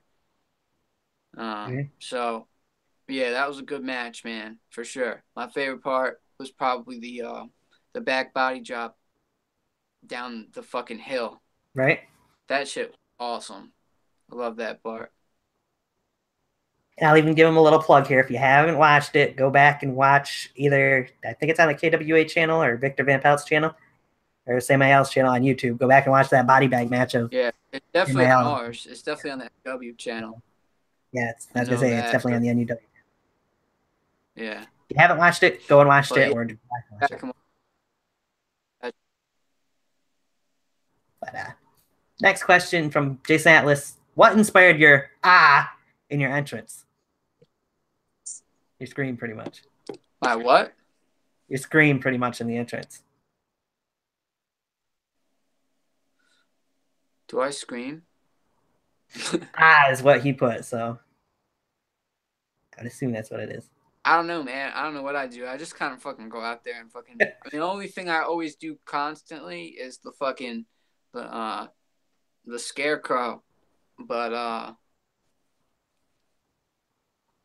I don't know. I never realized I didn't. I probably don't know. See if you I probably do. I do all types of crazy shit. I don't know. Right? I don't fucking know what I do. I kind of just go out there and the spirit takes hold, man. Yeah. Riley Bates says, would we ever see the Man of War Dustin Reagan versus DarkSide in the future? Or perhaps you versus KBW's Hazard?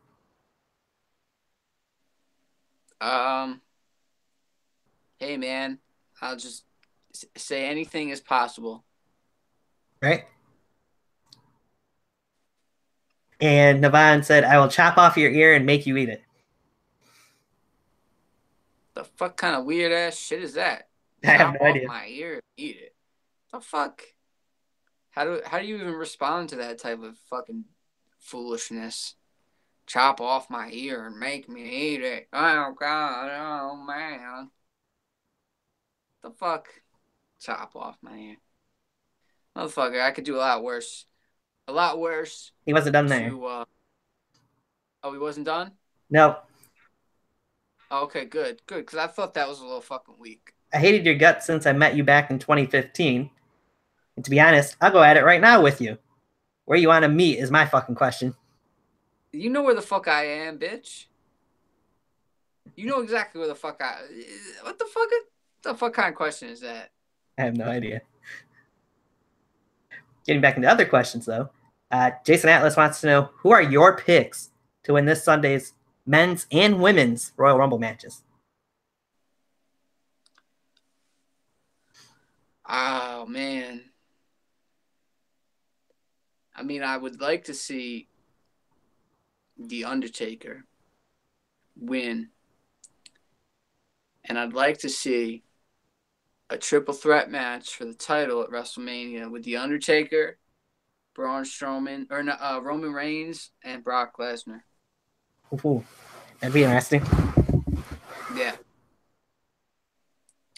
The female match. I mean,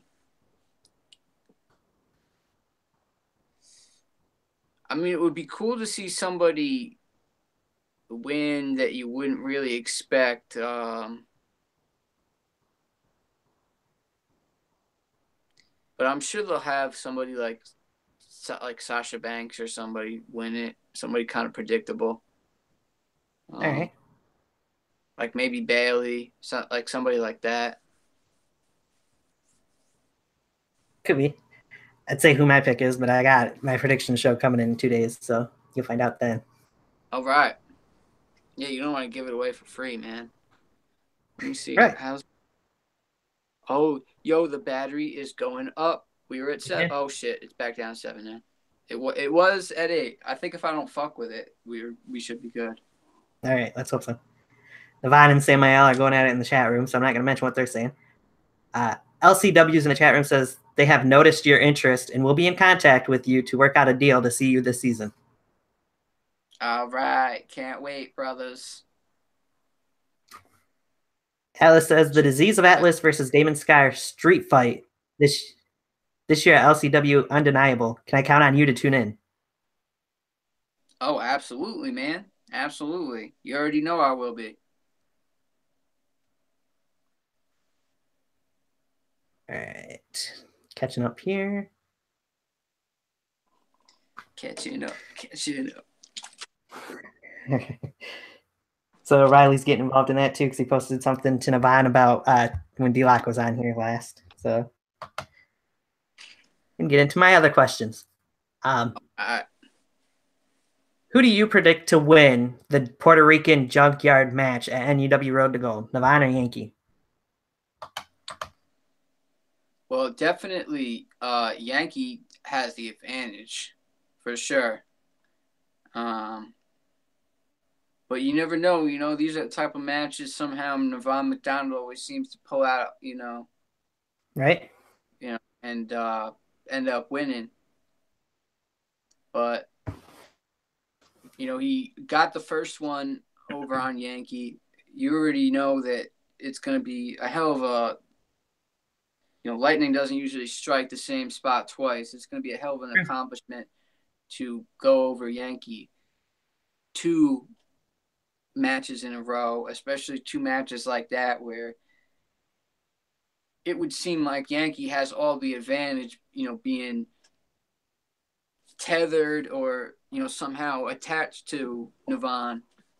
Yeah. I mean, he's got to, you know, outweigh him by, you know, twice his size. Mm-hmm. So, you know, that's a clear advantage. So, you know, we'll see, man. I know it's going to be a hell of a battle. That's for sure. It says, meet me at Stewart's, DarkSide. And when I beat you down, you're going to buy me Philly Vanilla double scoop. Philly Vanilla, sorry. I don't know how I even know this, but he likes his Philly Vanilla, you know, soft ass fucking little sissy, likes his Philly Vanilla in his cone, you know. He doesn't like to get his hands too cold. Motherfucker. Yeah. As soon as I'm done with Tony's interview, I'll meet you down there. I'll personally buy you a Philly Vanilla because it'll be the last Philly Vanilla your dumbass ever fucking tasted. Oh, there you go. And afterwards, I'll stuff your body in the Philly Vanilla icebox. What are your thoughts on the Paul Peterson Buford Jones match that happened on Slaughterhouse episode 2? Um, Good match. I definitely was surprised at the results. Um, in two ways. Because of the return Right. of I mean, yeah. Well, we'll just say it was surprising. Fucking Kid Diddler. I don't know who let him out of jail, Yeah. but yeah, it was surprising. Paul Peterson has had so much momentum as of late. Right. So I definitely thought it was going to be the other way around, but sometimes it happens like that. We'll see where this goes with Kid Diddler. Yeah, Kid Diddle What do you think of maybe. the two of them forming the alliance and beating up Buford after the match? I mean, it was definitely interesting. Like I said, I definitely want to see where it goes from here. As we were talking about before, the tag team division right now Mm-hmm. is only growing, is only getting stronger by the day, man. So off of that, who do you think Buford's going to find for a partner for the match? I mean, it could be anybody at this point. Who else? I mean, who else is there available that would team with Buford? I mean, who does he know there at True. in NUW? Who does he have a connection with? I don't know. Right. You know, I don't really know the guy too well. Good point. I mean, it was his first appearance in NUW, so. Yeah, I don't know. He might come out with a big mouth bass for all I know. I don't fucking know. That could be. What are your other hobbies besides wrestling? Well, I like to hike some mountains. Um, I like music. I like to make music. Mm-hmm. I like big booty bikini bitches. Um, Editing, filming videos, stuff like that is always fun. Uh, Anything, man. I mean, honestly, I like a good adventure. I like doing some shit. Um, exploring shit, learning about shit. Um, yeah, that's all, really. Nice. Yeah, I'm a simple So, man, Tony. yeah, I gotcha. Who do you think, out of the announced participants, or even who's not been announced, will win the Reunion Rumble this year, and will you be watching it live? Um, who will win? Go with. I mean, honestly, I don't even know who all's in it, but I'm gonna go with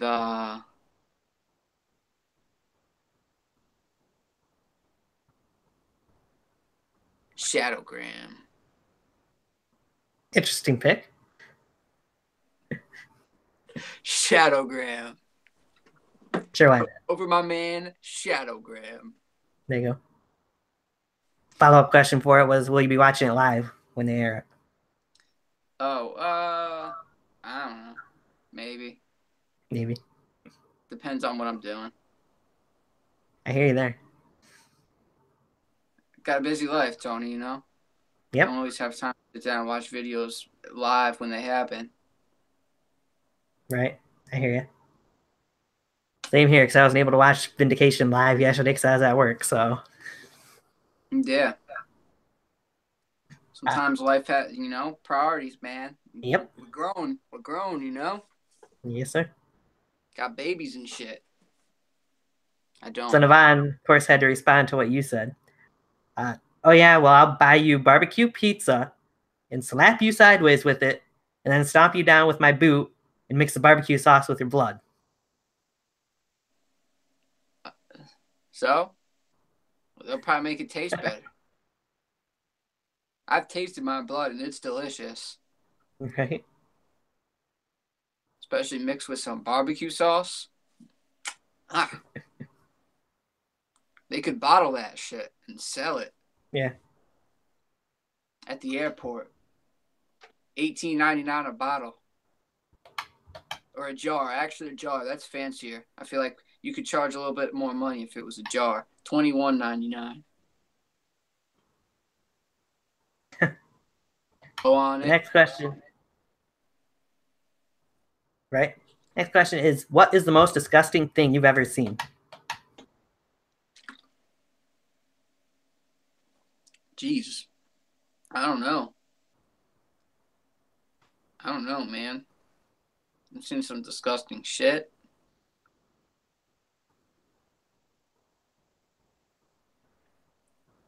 I don't fucking know, man. I've seen one time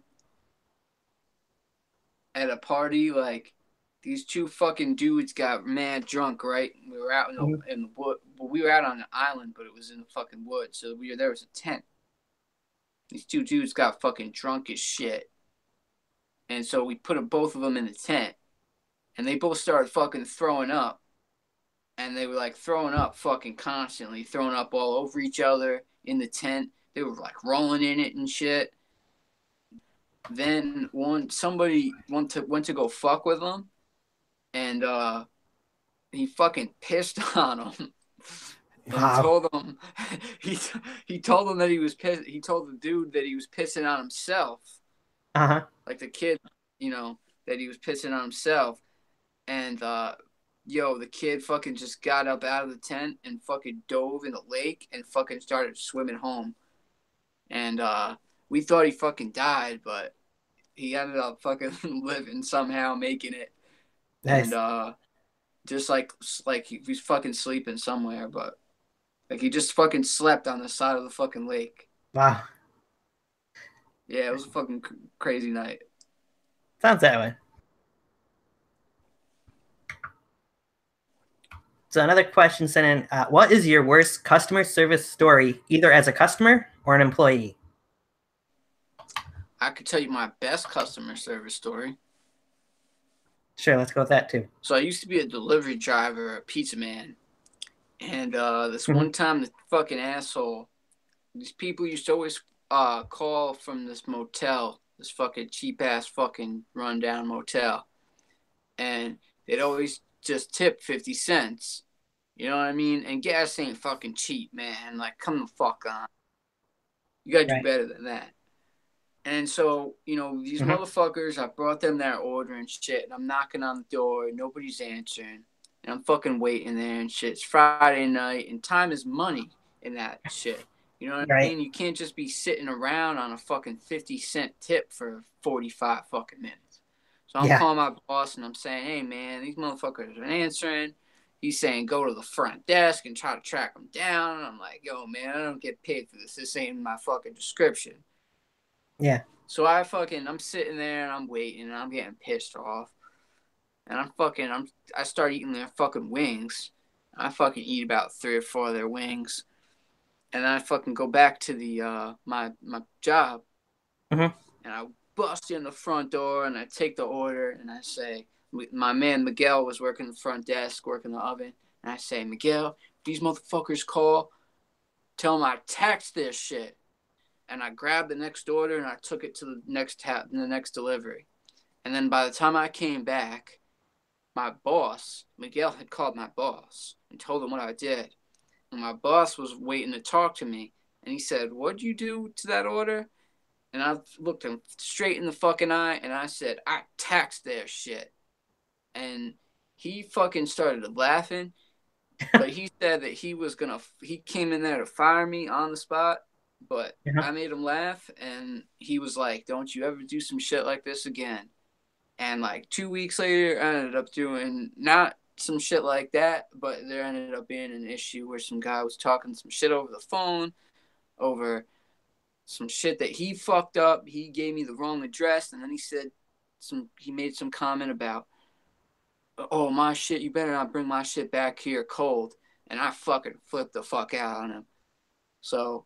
yeah, people are dicks, man. The customer, they try to tell you the customer's always right. No, sometimes the customer's a complete fucking asshole, and they need to get their fucking perspective you know, switched around a little bit. Yeah. Customer service. I hear you. I know all about customers supposedly all being right. Fucking assholes, man. Some people are just entitled fucking pricks. What goes through your mind when you're up so high and about to jump from above onto your opponent? Off top rope or off of a building? I try not to think. I just try to fucking get up there, and I just try to fucking, like, if you ever noticed, I don't stay up there that long. Mm-hmm. I kind of get up there, get my footing, and I try not to think about it, and I just jump. Right. And that seems to be the best thing for me. Man, it's one of those things though that unfortunately with each jump I want to outdo it and outdo it and outdo it, and each one I'm like, oh, I gotta test my limit, and it becomes like a thing where I'm trying to do maybe too much sometimes, and I should just probably chill out. My body would probably appreciate that a little bit more.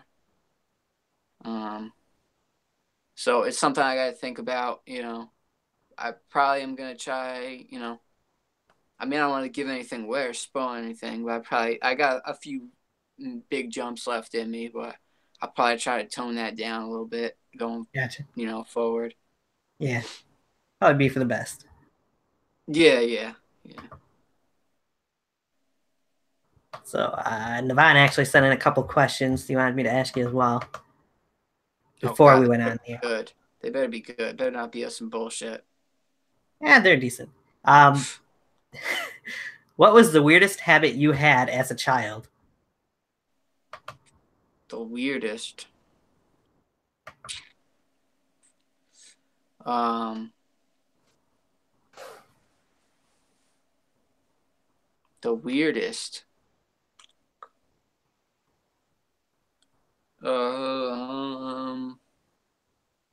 Shit. I don't really know. Depends on what you'd classify as weird. See if he elaborates on that, since David never really elaborated on his question earlier. Oh yeah, whatever fucking happened to that? I have no idea. I haven't even seen David. Appropriate entrance music. I want to know what the fuck that means. Like, appropriate in what way? Right. I haven't seen David say anything in the comment section in a while, so. Another question that Navine had sent in: what would you not do for $5 million?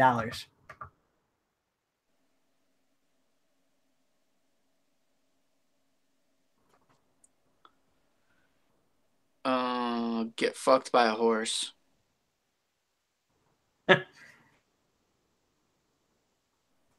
Yeah, I'd have to. Pretty reasonable. Yeah, very reasonable.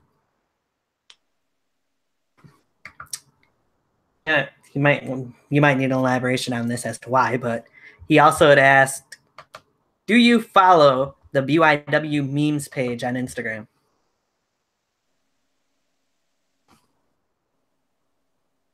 What's the question? Do you follow the BYW memes page on Instagram? And a question mark? And a question mark, yeah. Yeah.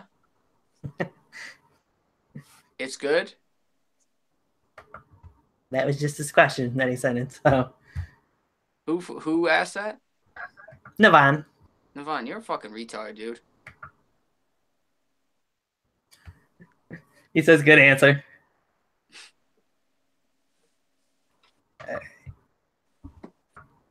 He kind of brought it up a little bit, but let's talk about, or how about you say something about your music? We know, some people know, some people,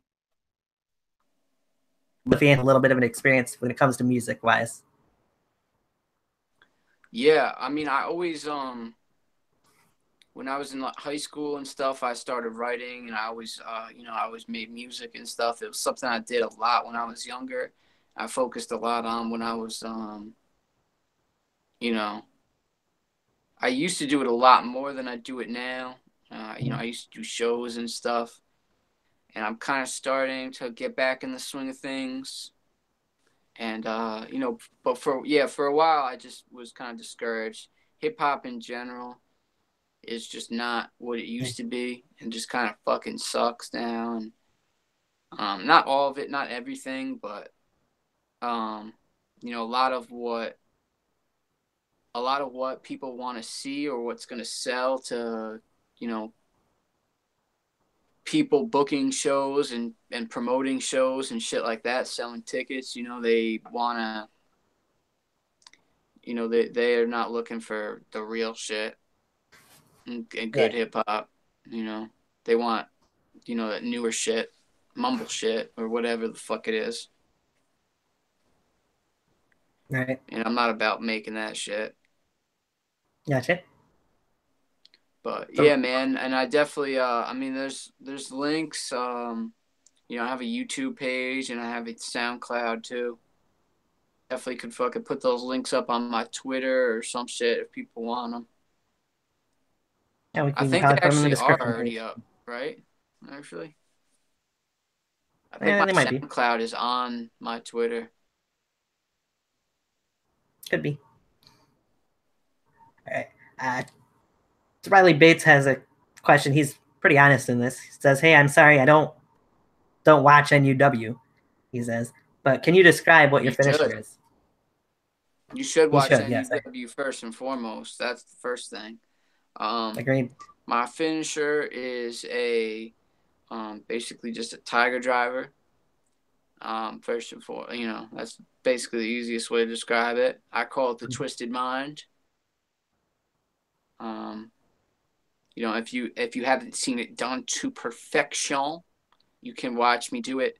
Hit it on Navon McDonald's bitch ass in the King of the Yard tournament. Round 3, the end. Yep. You can see me drop him right on his fucking ugly face, right on some thumbtacks and a cookie sheet, a giant size cookie sheet. Douchebaggery. Specially made, galvanized steel. Chinese galvanized, though, just so you know. There is a difference. And Flat Riley says, "The Twisted Mind." That's a cool name. Cool ass name. Thank you. Thank you. Absolutely. Much appreciated. Go check out NUW. Go subscribe right now. I promise, if you're a wrestling fan, you will enjoy it. Now, kid, I'll tell you this. I watched part of your interviews and you asked people about King of the Yard tournament. You need to go and watch that before you're going to ask people about the King of the Yard tournament. Sorry, but facts here, dude. Facts. And, of course, Navon has a couple more things he wants to put in here. "The only foolish one is the one who jumps off 15 feet in the air. Father once said, 'You ain't nothing but a doormat, DarkSide. You deserve to be mudded on. You deserve to have the entire world to wipe their boots all over your face.'" That's all he does. All he does is he's got those little quotes, those little catchphrases. He's got that down pat. Yeah, Novin did say that to me. Novin did say that as he beat me down with 3 other people. Well, yes. 2 other people and a kid diddler. Right. And Samael actually said, "Doormats don't make it 15 feet in the air." The fuck does that mean? He's just saying, if you're a doormat, doormats don't make it up 15 feet in the air, so it doesn't make sense to call you a doormat, I guess. I don't know. Who says that? What's he, fucking Mythbusters over here? He's Mythbusters. He knows that doormats can't get 15 feet in the air. I guess. I don't know. He's underestimating doormats, I'll tell you that. Riley Bates says, "The Twisted Mind is way cooler than the finisher name that he has for his move, which is called Into the Nether." That's cool, man. I like that. Ask him what, well, I guess he can hear me. What type of move is that? What do you do? What type of move? I know the name of it now, but what is it? Yeah, right. I'm asking people questions now on my Q&A. How do you like that? All right. There you go. Navan says, I will gladly take you and Samael on in a triple threat match to the death. Well, motherfucker, if you want that to fucking happen, we can make it fucking happen. I don't care. It doesn't matter. Like, you don't gotta tell me twice. You don't gotta ask me twice to beat a couple fucking jabronis' asses. Bunch of trying to be tough, trying to be hard on my goddamn Q&A with Tony, with Tiger Talks Wrestling. You're gonna fucking come in here and cause the ruckus? Of course. You're trying to make it about you? Well, some people do. Disgraceful. The egos on these fucking people, Tony. Right? I thought we were gonna check this. I thought we were gonna handle this. We'll handle some of it. Riley Bates says his finisher is a bicycle kick into the corner. I dig it. Kind of like the haluva kick. Yeah, in a way. Yes. A little bit of a haluva kick and brogue kick combined by the sounds. Yeah. Sounds pretty cool, man. Devastating. Yep. Bring it on, Nevin. I need a fucking water. What's going on in my throat here? What are 3 matches that you would say? You can hear me. What'd you say? They said he's getting water. All right. So the next question: what are the 3 matches that you would say influenced you the most? Oh,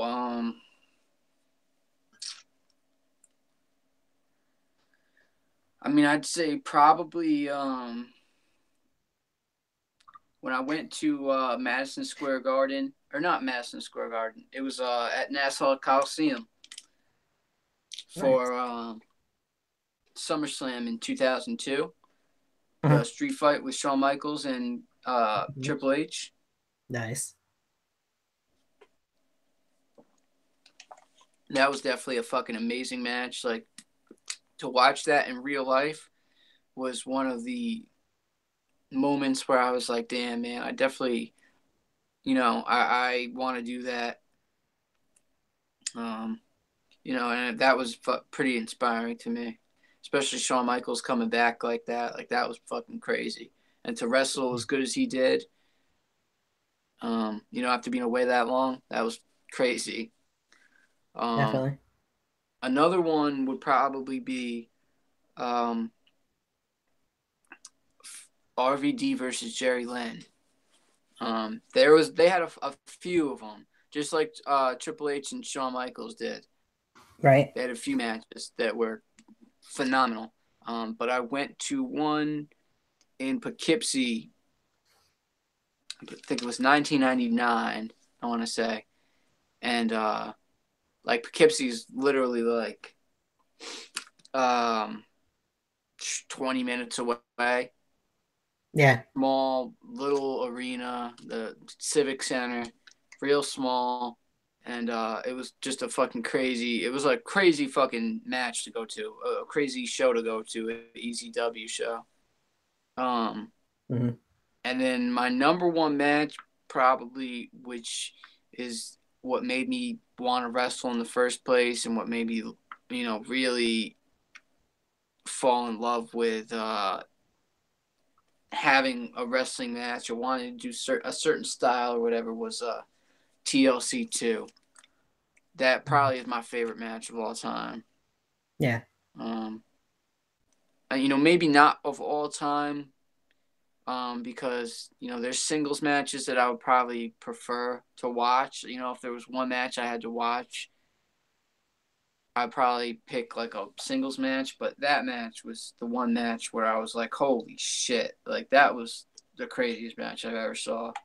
Yeah. At the time. Right. So Riley Bates mentions off of the bicycle kick into the corner, he only can lift his, as he puts it, my fat ass leg up to their gut, so you can't get it up to the head, so it gets them in the gut. You gotta do some of that DDP yoga, son. All right. And Yvonne has one more question for you. It says, what was the worst purchase you've ever made? Worst purchase? Ooh. Drugs. Lots and lots of drugs. Don't do drugs, kids. Right.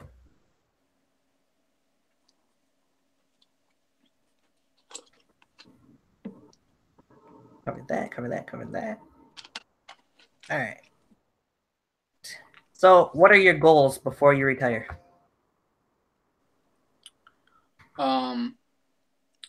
Well, I definitely I would like to win any type of championship would be nice. I have my eye on the perhaps the Continental Championship. That would be a nice belt to have and to really establish that. I know the Pitbull's holding it down right now, and you all know my history with him. Oh yeah, I'd love to come back and have a phenomenal match with him, and really tear it down and take everything from him once again. I would love to eventually win the NUW championship. That's everybody's goal. If you're not there, what the fuck are you there for? Right. And really, cement myself on top of, NUW there. I'd like to win the King of the Yard tournament. That would be something that I think could cement my spot as, and establish myself as, one of the top tier wrestlers in all BYW. It would be good to also, I like to do a lot of things, be the first person to do things. It would be cool. Nobody's ever held every belt in NUW. And, with 4 belts, with the tag team belts, the Hardcore Championship, the Continental Championship, and the NUW Championship, you could have a Grand Slam champion, right? Which has never been done. So that would be cool to be the first ever Grand Slam champion. It would be awesome to earn another company, a title shot in another company, no matter what, type of championship it is. And earn a run with any type of championship at another company. That would be cool. I definitely, one of my goals before I retire, I'm going to fucking beat Novin. I'm telling you, I'm going to beat that motherfucker. And that's going to be, I'm not going to retire until I beat that motherfucker. I'll tell you that right now. There you go.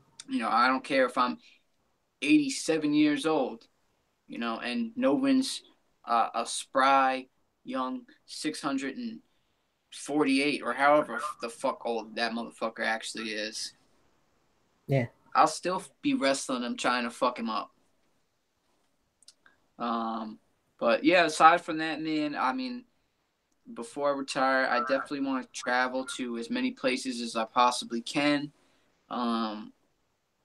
Wrestle as many different people as I possibly can, have phenomenal matches, really cement myself as more of I kind of have a reputation of being maybe a more hardcore wrestler because that's the type of shit I enjoy doing. But, I think there's a whole side of me that people are missing from a wrestling standpoint that I'm really going to try and showcase going forward.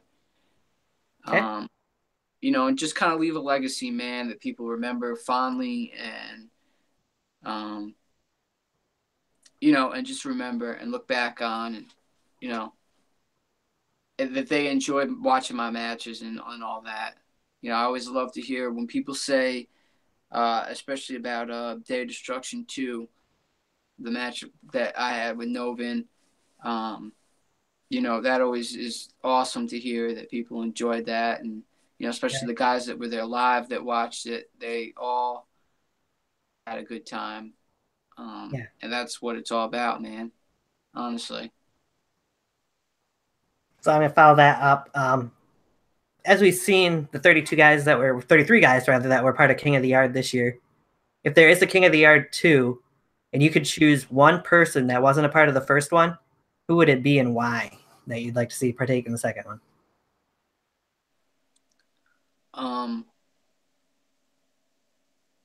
Well, there's Excluding a couple guys.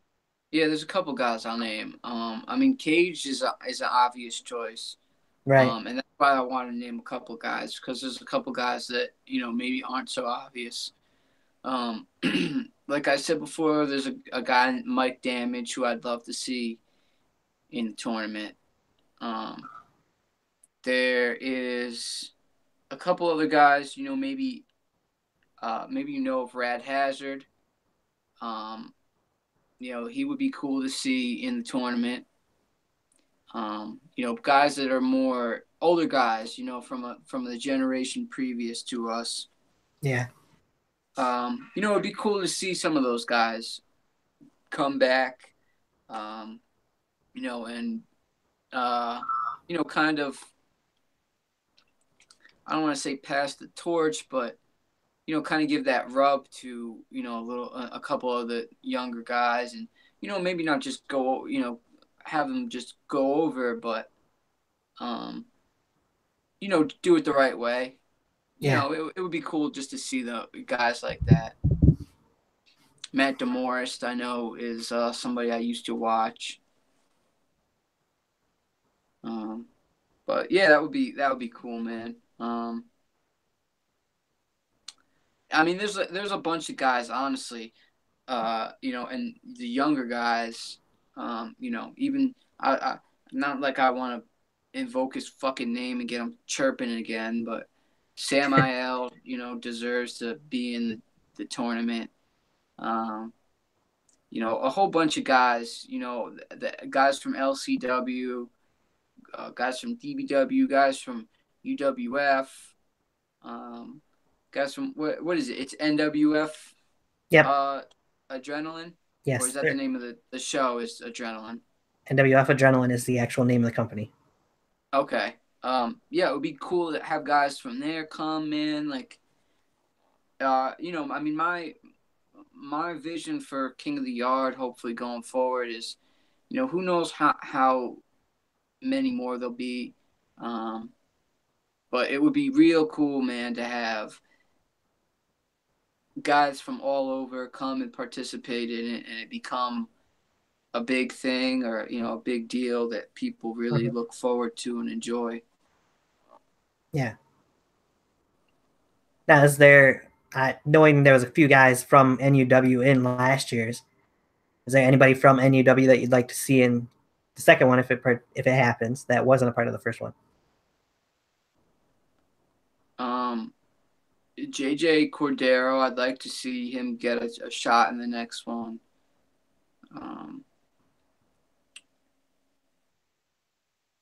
Me, motherfucker. First and foremost, me. Yeah. And I mean, aside from that, does it really even matter? But I'll give a couple names, I guess, if I can think of anybody.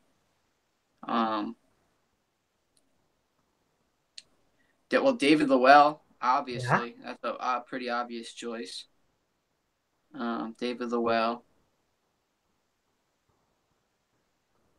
Maybe perhaps Mike Fresh. I know he's a little new to the viewers, but yep. Him and I have some history, and he's a phenomenal competitor. Aside from that, man, I can't really think of anybody else who really deserves a shot. Gotcha. Let's get into, there's a couple of other questions in the comment section. Riley Bates says, I might elaborate a little bit on this to my own extent, but is there anyone's finisher in BYW that you like? You put or something behind it, but it's not very clear. So maybe a favorite finisher that you've seen from a BYW star.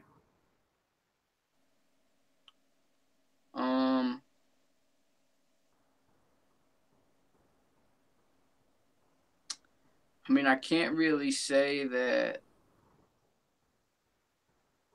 there's anything that. I mean, I do like Mr. Judgment's Judgment Slam. Mm-hmm. Um,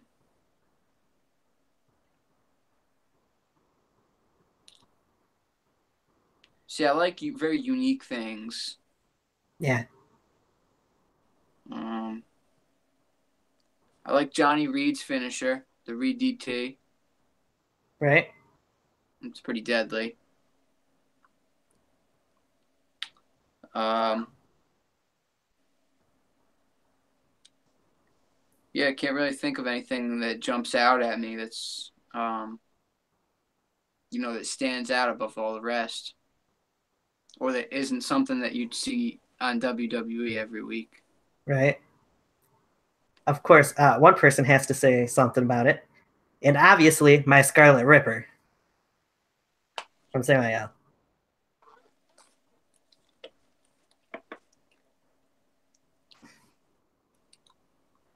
And off of that,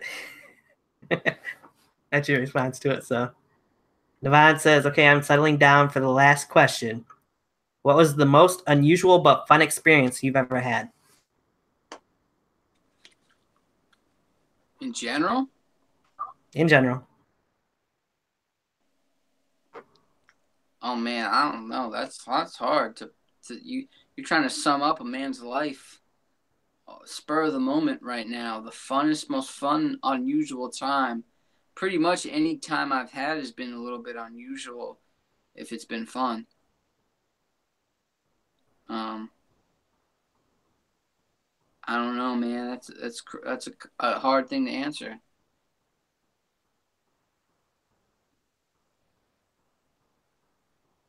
Most unusual but fun. I don't know. You got me with that one. Most unusual but fun.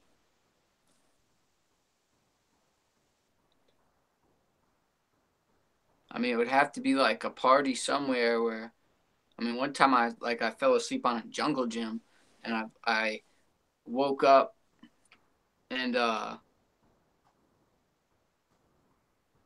was in the fucking slide, like the tube slide, the plastic tube slide. I mean, that was unusual, but it wasn't that fun. Right? The night before was fun though. Oh my god, that was kind of unusual and fun. So I was streaking behind a school park in the park, Mm-hmm. and a cop fucking is patrolling, and stops me, and I'm with like fucking like I was at a party and shit, and I needed fucking attention, so I started doing that, and the fucking cop comes up to me and he says, he puts the fucking window down and he says, "Hey, hey," and I go up to him and I have my pants on my head, and I go up to him and I'm like, "What's the problem, officer?" Like with a straight ass face. Right? And somehow I did not end up getting fucking put into the car that night. Now that I think about it, like if I did that now, I'd be fucking locked up for sure. Right? Yeah. But yeah, somehow I don't even know. I think I remember him just telling me to put my pants back on, and I went back to the party.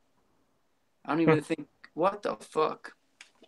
But I do remember that like the dude that was having the party, his mom was like the police dispatcher, so she heard everything on the fucking radio, like my name Yeah. and where it was, the address of the house and everything. And from that point forward, I could never hang out with that kid ever again. It was crazy. Yeah, it was crazy. But so I don't know if that's unusual or the funnest time ever, but it's a fucking fun time. So there's your story. Devon says, "Yes, I got him, Tony." All caps. And then says, "I wouldn't say that one." What? He got what? He got you because you were stumped at first without knowing what story to say. Oh.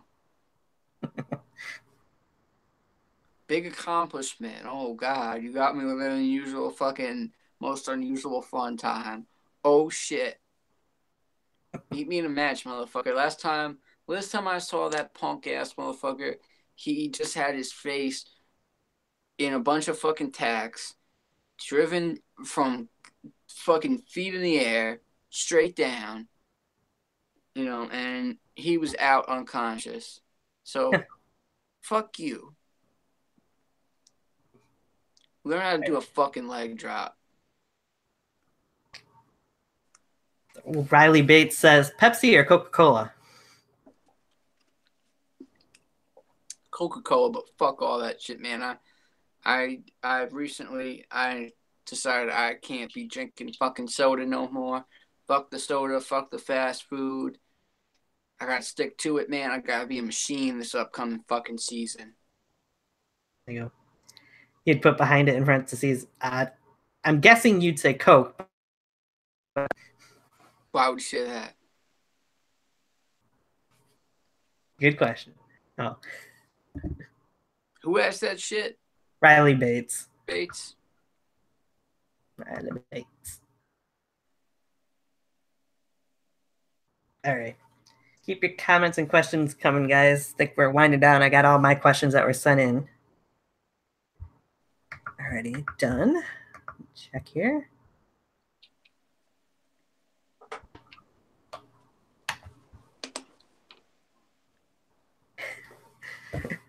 So Navon says, fuck the fast food. Who the hell is this?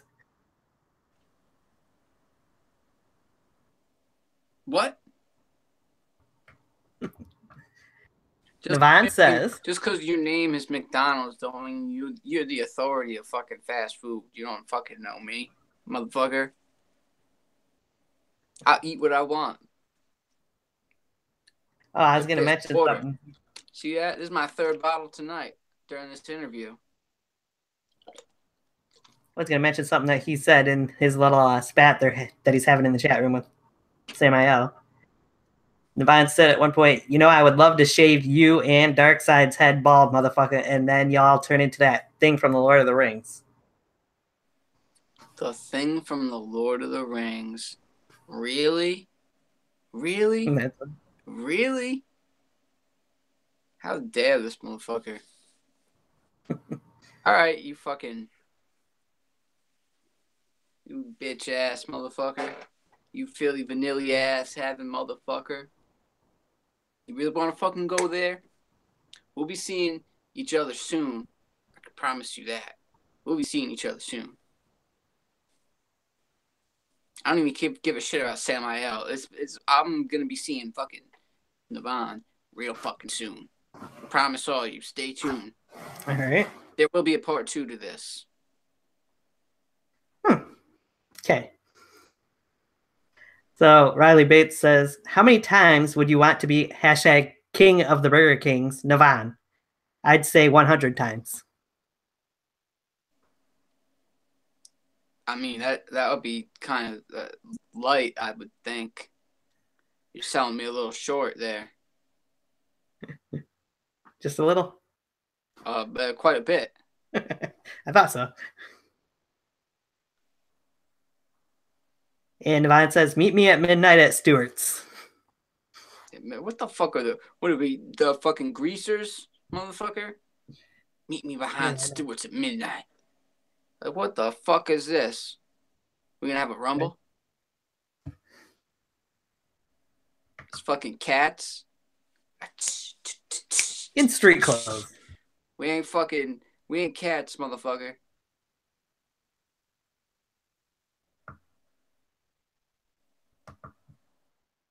Let me see. Seems like I had one other question sent in. I'm looking to see where if I can find it.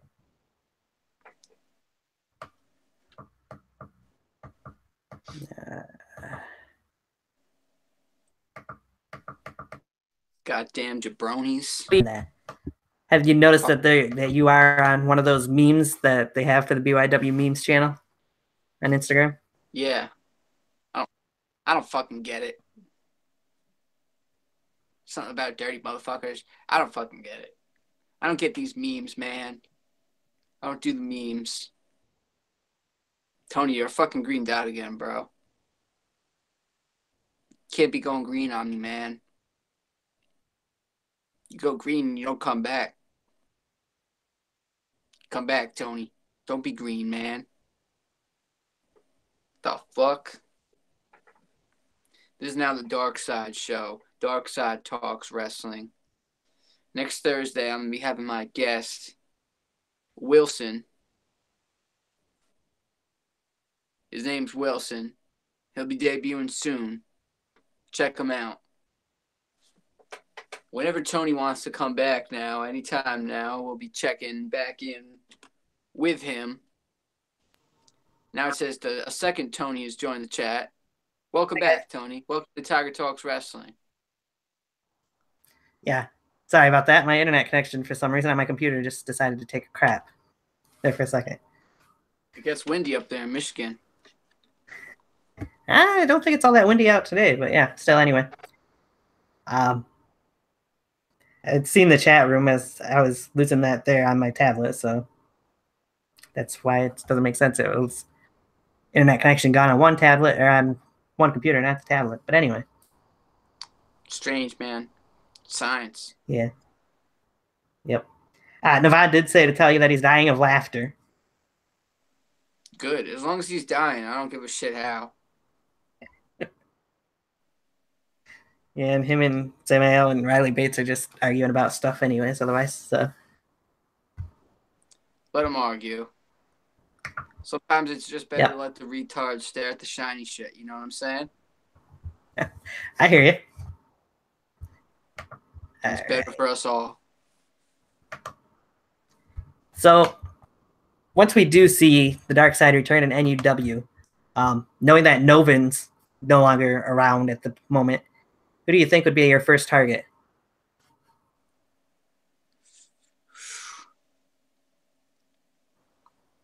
It's hard to say, man. Honestly, there's a bunch of people this year that I got my eye on. A bunch of ideas that I have floating around in my head.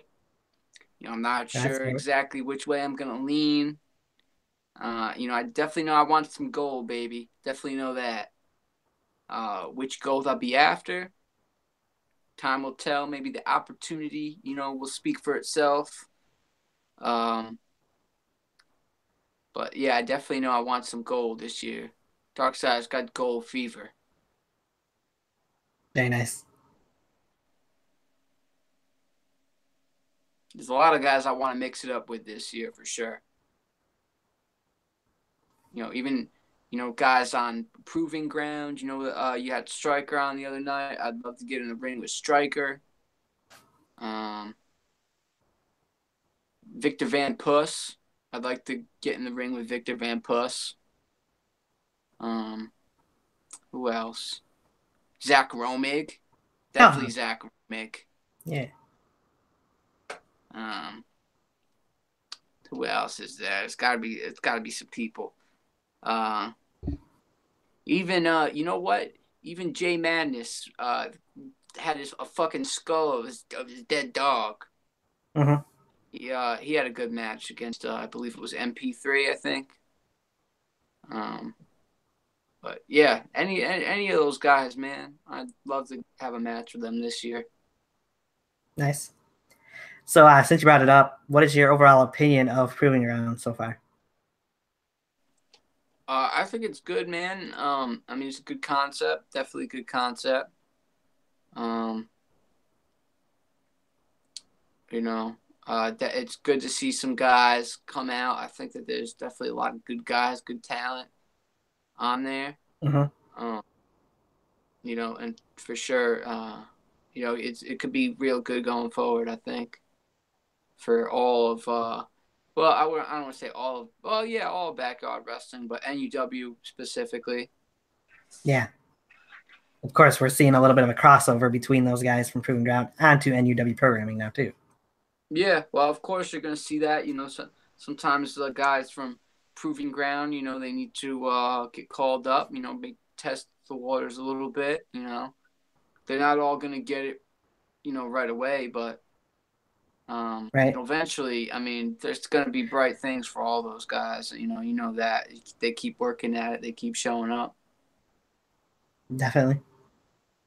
So Riley Bates asked, if you had to choose to fight one of these two matches, would it be you versus the BYW Universe, everybody in Backyard Wrestling, or you versus the Murder Club?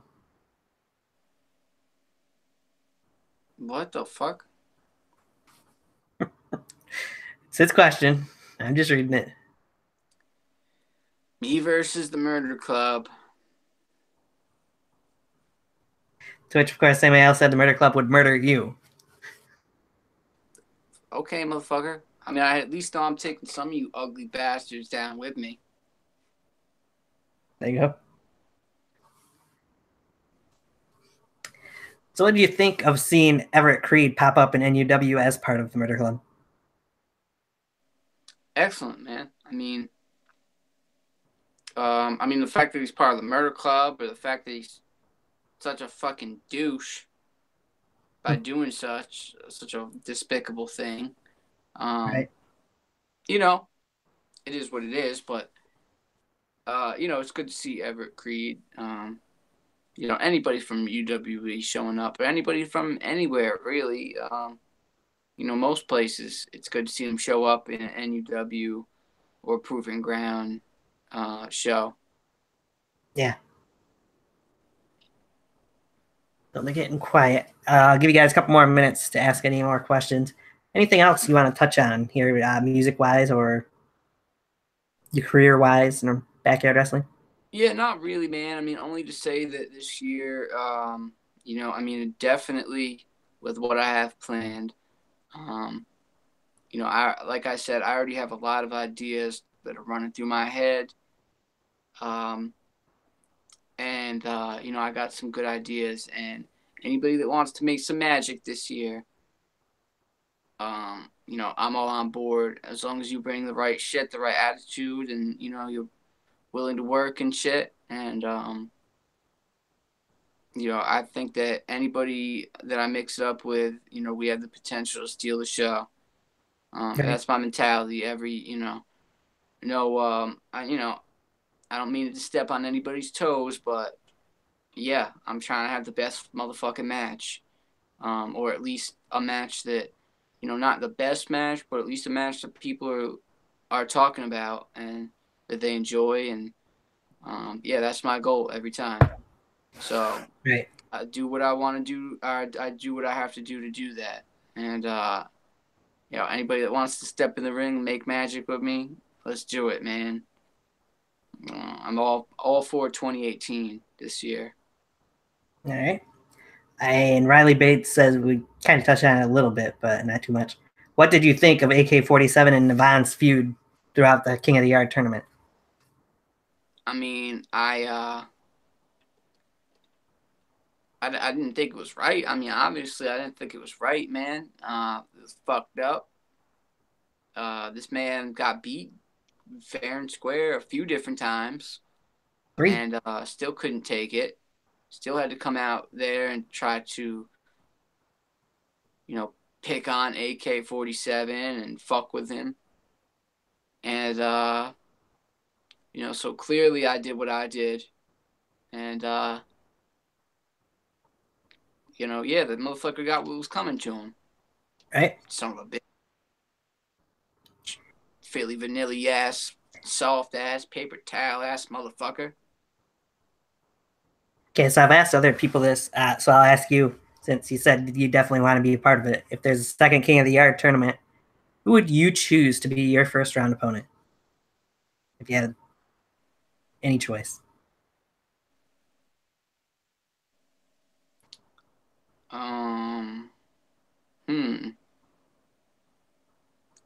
Probably somebody, from another company.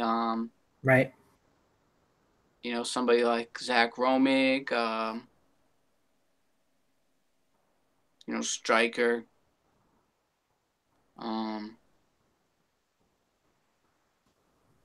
Somebody that I've never faced before. Yeah. It would be cool. That's what is so interesting about King of the Yard, is because you can get in there and mix it up with people that you've never seen before, perhaps, or never at least wrestled before. Mm-hmm. And there's a good chance that you'll never be able to wrestle some of those guys ever again, or you'll never get that chance ever again. So, it's a good opportunity to get in there with a bunch of different opponents and have some dream matches. Definitely. Now, on the topic of King of the Yard, don't mean to keep going back to it, but we know there's a few guys that partook in this first one that won't be involved in the second one if it happens. Is there anybody? All right. Is there anybody specific that you think shouldn't come back for the second one that was involved? Oh, shit. You're going to ask me that, Tony? I'm going to ask you that. Come on now. I'm going to stir the pot a little here. Come on now, Tony. I'm going to be a good boy on this one, Tony. Not gonna set me up like that. These motherfuckers know who they are, all right? All right, if I could turn it around the other way. In all seriousness, until recently, man, I didn't care. Everything's good. I ain't trying to fucking ruffle no feathers or have, I would have liked everyone to get along. But, if motherfuckers are going to take shots or they're going to have a fucking ego and act like I ain't going to have one back or I'm just going to sit there and fucking shut the fuck up about it, then they're fucking wrong, man. Like, it's just backward thinking right then and there. So it is what it is, man. I don't care at this point. Motherfuckers cannot like me. They can fucking, it is what it is. I don't fucking care. All right, so let me turn it around the other way. Anybody in particular that you would really like to see come back for the second one that was involved in the first one? Or any? Absolutely.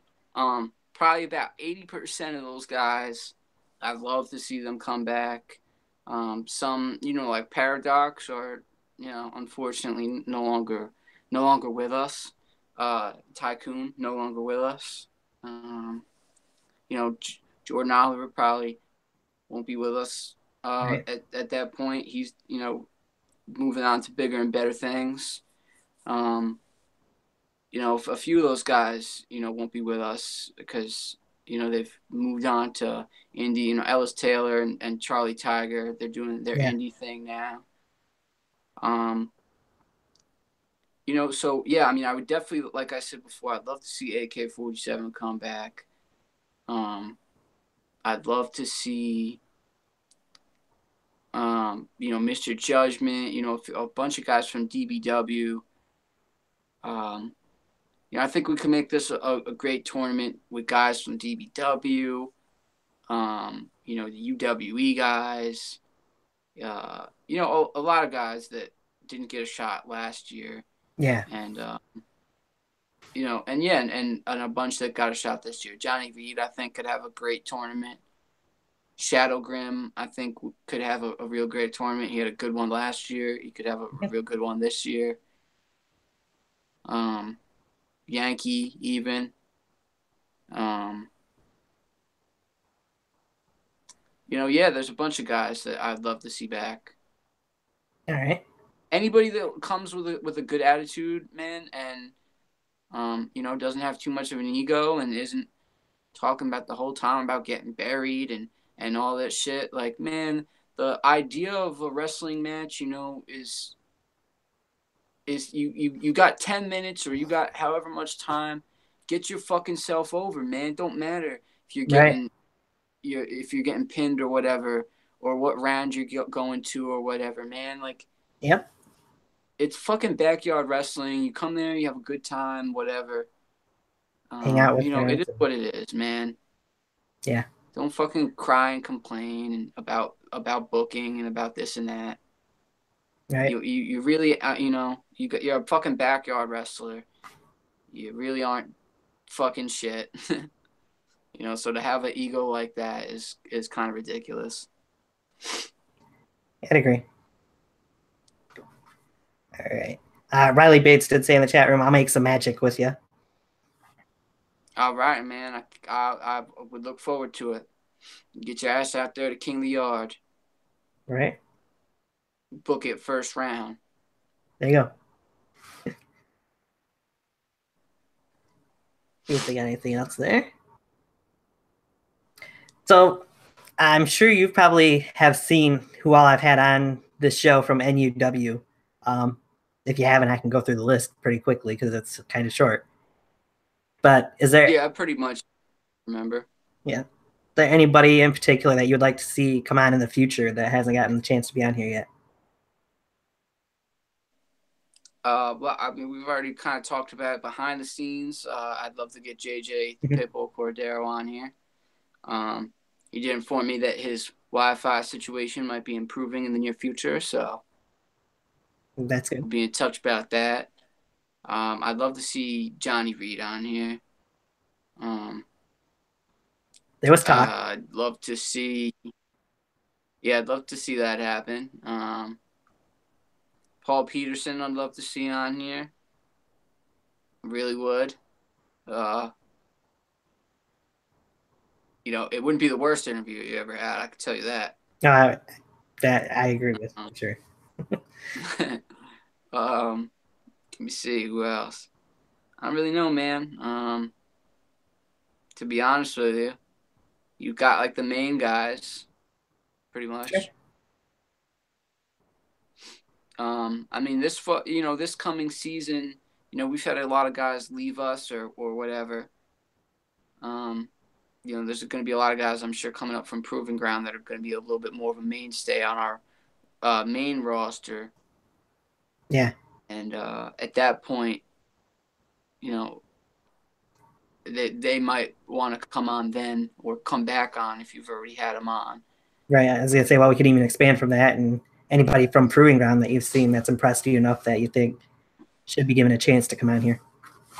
Have you had Victor Van Puss on here? I have. Okay. That's a while ago, but he was on. Yeah. Yeah, I think I do remember. I just wasn't really sure.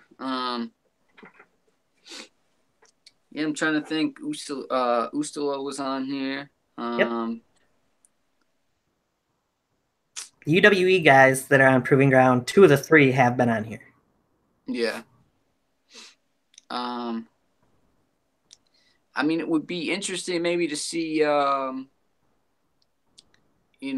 some of the guys from what's Evan Blake's company. WW. Yeah, it'd be cool to see some of those guys maybe, because not much is known. True. About them. I didn't. And I did have Evan on as one of my first guests, but yeah, it would be good to find out more about them. Especially because I'm hoping that they'll all be coming down a lot more this year. Yeah. So that would be good. But yeah, man. Aside from that, I don't really know. Yep, that's pretty much it. Anyone I could think of. I'll keep those guys in mind. I got a couple more questions here. Riley Bates says, what does it take, in your opinion, to be a wrestler, and how can his company, SBW, that he works for, improve or succeed like you guys have? I mean, you got to take it somewhat serious. You got to have a bunch of guys that are dedicated and that have passion for it and that care about it. It's also going to take some money, for sure. A lot of money. Hopefully, guys contribute. Mm-hmm. It's going to take some creativity. You're going to have to do things that, that will separate you from some of the other companies. In terms of, different things like production or, some things you can do better than others. Some things you have the capability of doing better than other companies or whatever the case may be. You want to accentuate those things. Aside from that, you just want to take it serious, man. But also at the same time, remember it's a hobby and, it's supposed to be fun. And, that's when the best stuff comes out is when it's fun. I feel like that's when the magic happens. Right. So then Last question in the comment section at the moment. Samael says, East or West Coast rap? Old school, not this new bullshit. East. I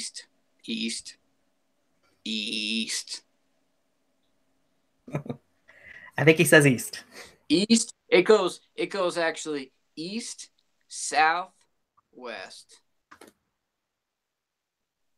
All right.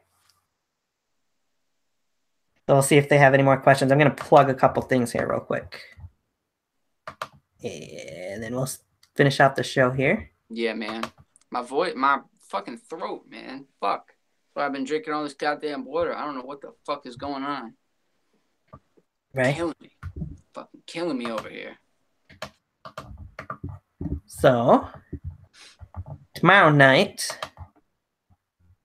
trying to check my times here. I don't think it'll let me do what I wanted to. Tomorrow night at 7:30, I believe, is what time I posted. I will repost this on Twitter here in a little while. Will be my NXT TakeOver Philadelphia prediction show on here. And then, what am I looking for? That's what I was looking for. I'm double checking my times, but I'm going to save these times for now. And then Saturday night at 6 p.m. Eastern Time will be the Royal Rumble prediction show. I'm looking for some people to join me. I have a couple people that might be coming on. So, if you guys want... do it, but I don't want to overexpose the dark side. You know what I'm saying? Too much of me is not a good thing. I hear you. I'm sure it wouldn't be. But yeah, if anybody's interested that's tuned in right now or tunes in later, DM me on Twitter. We'll figure something out if you're available for either one of the 2 days or both days, well, whichever. But anyway, also off of that, just remember, those are my last 2 shows that you'll be seeing Tiger Talks Wrestling until the month of March. Yep. Hope you guys have enjoyed the one I did 2 days ago. Hope you enjoyed this one. Make sure you tune into the 2 prediction shows. And then you'll see me again in March after that.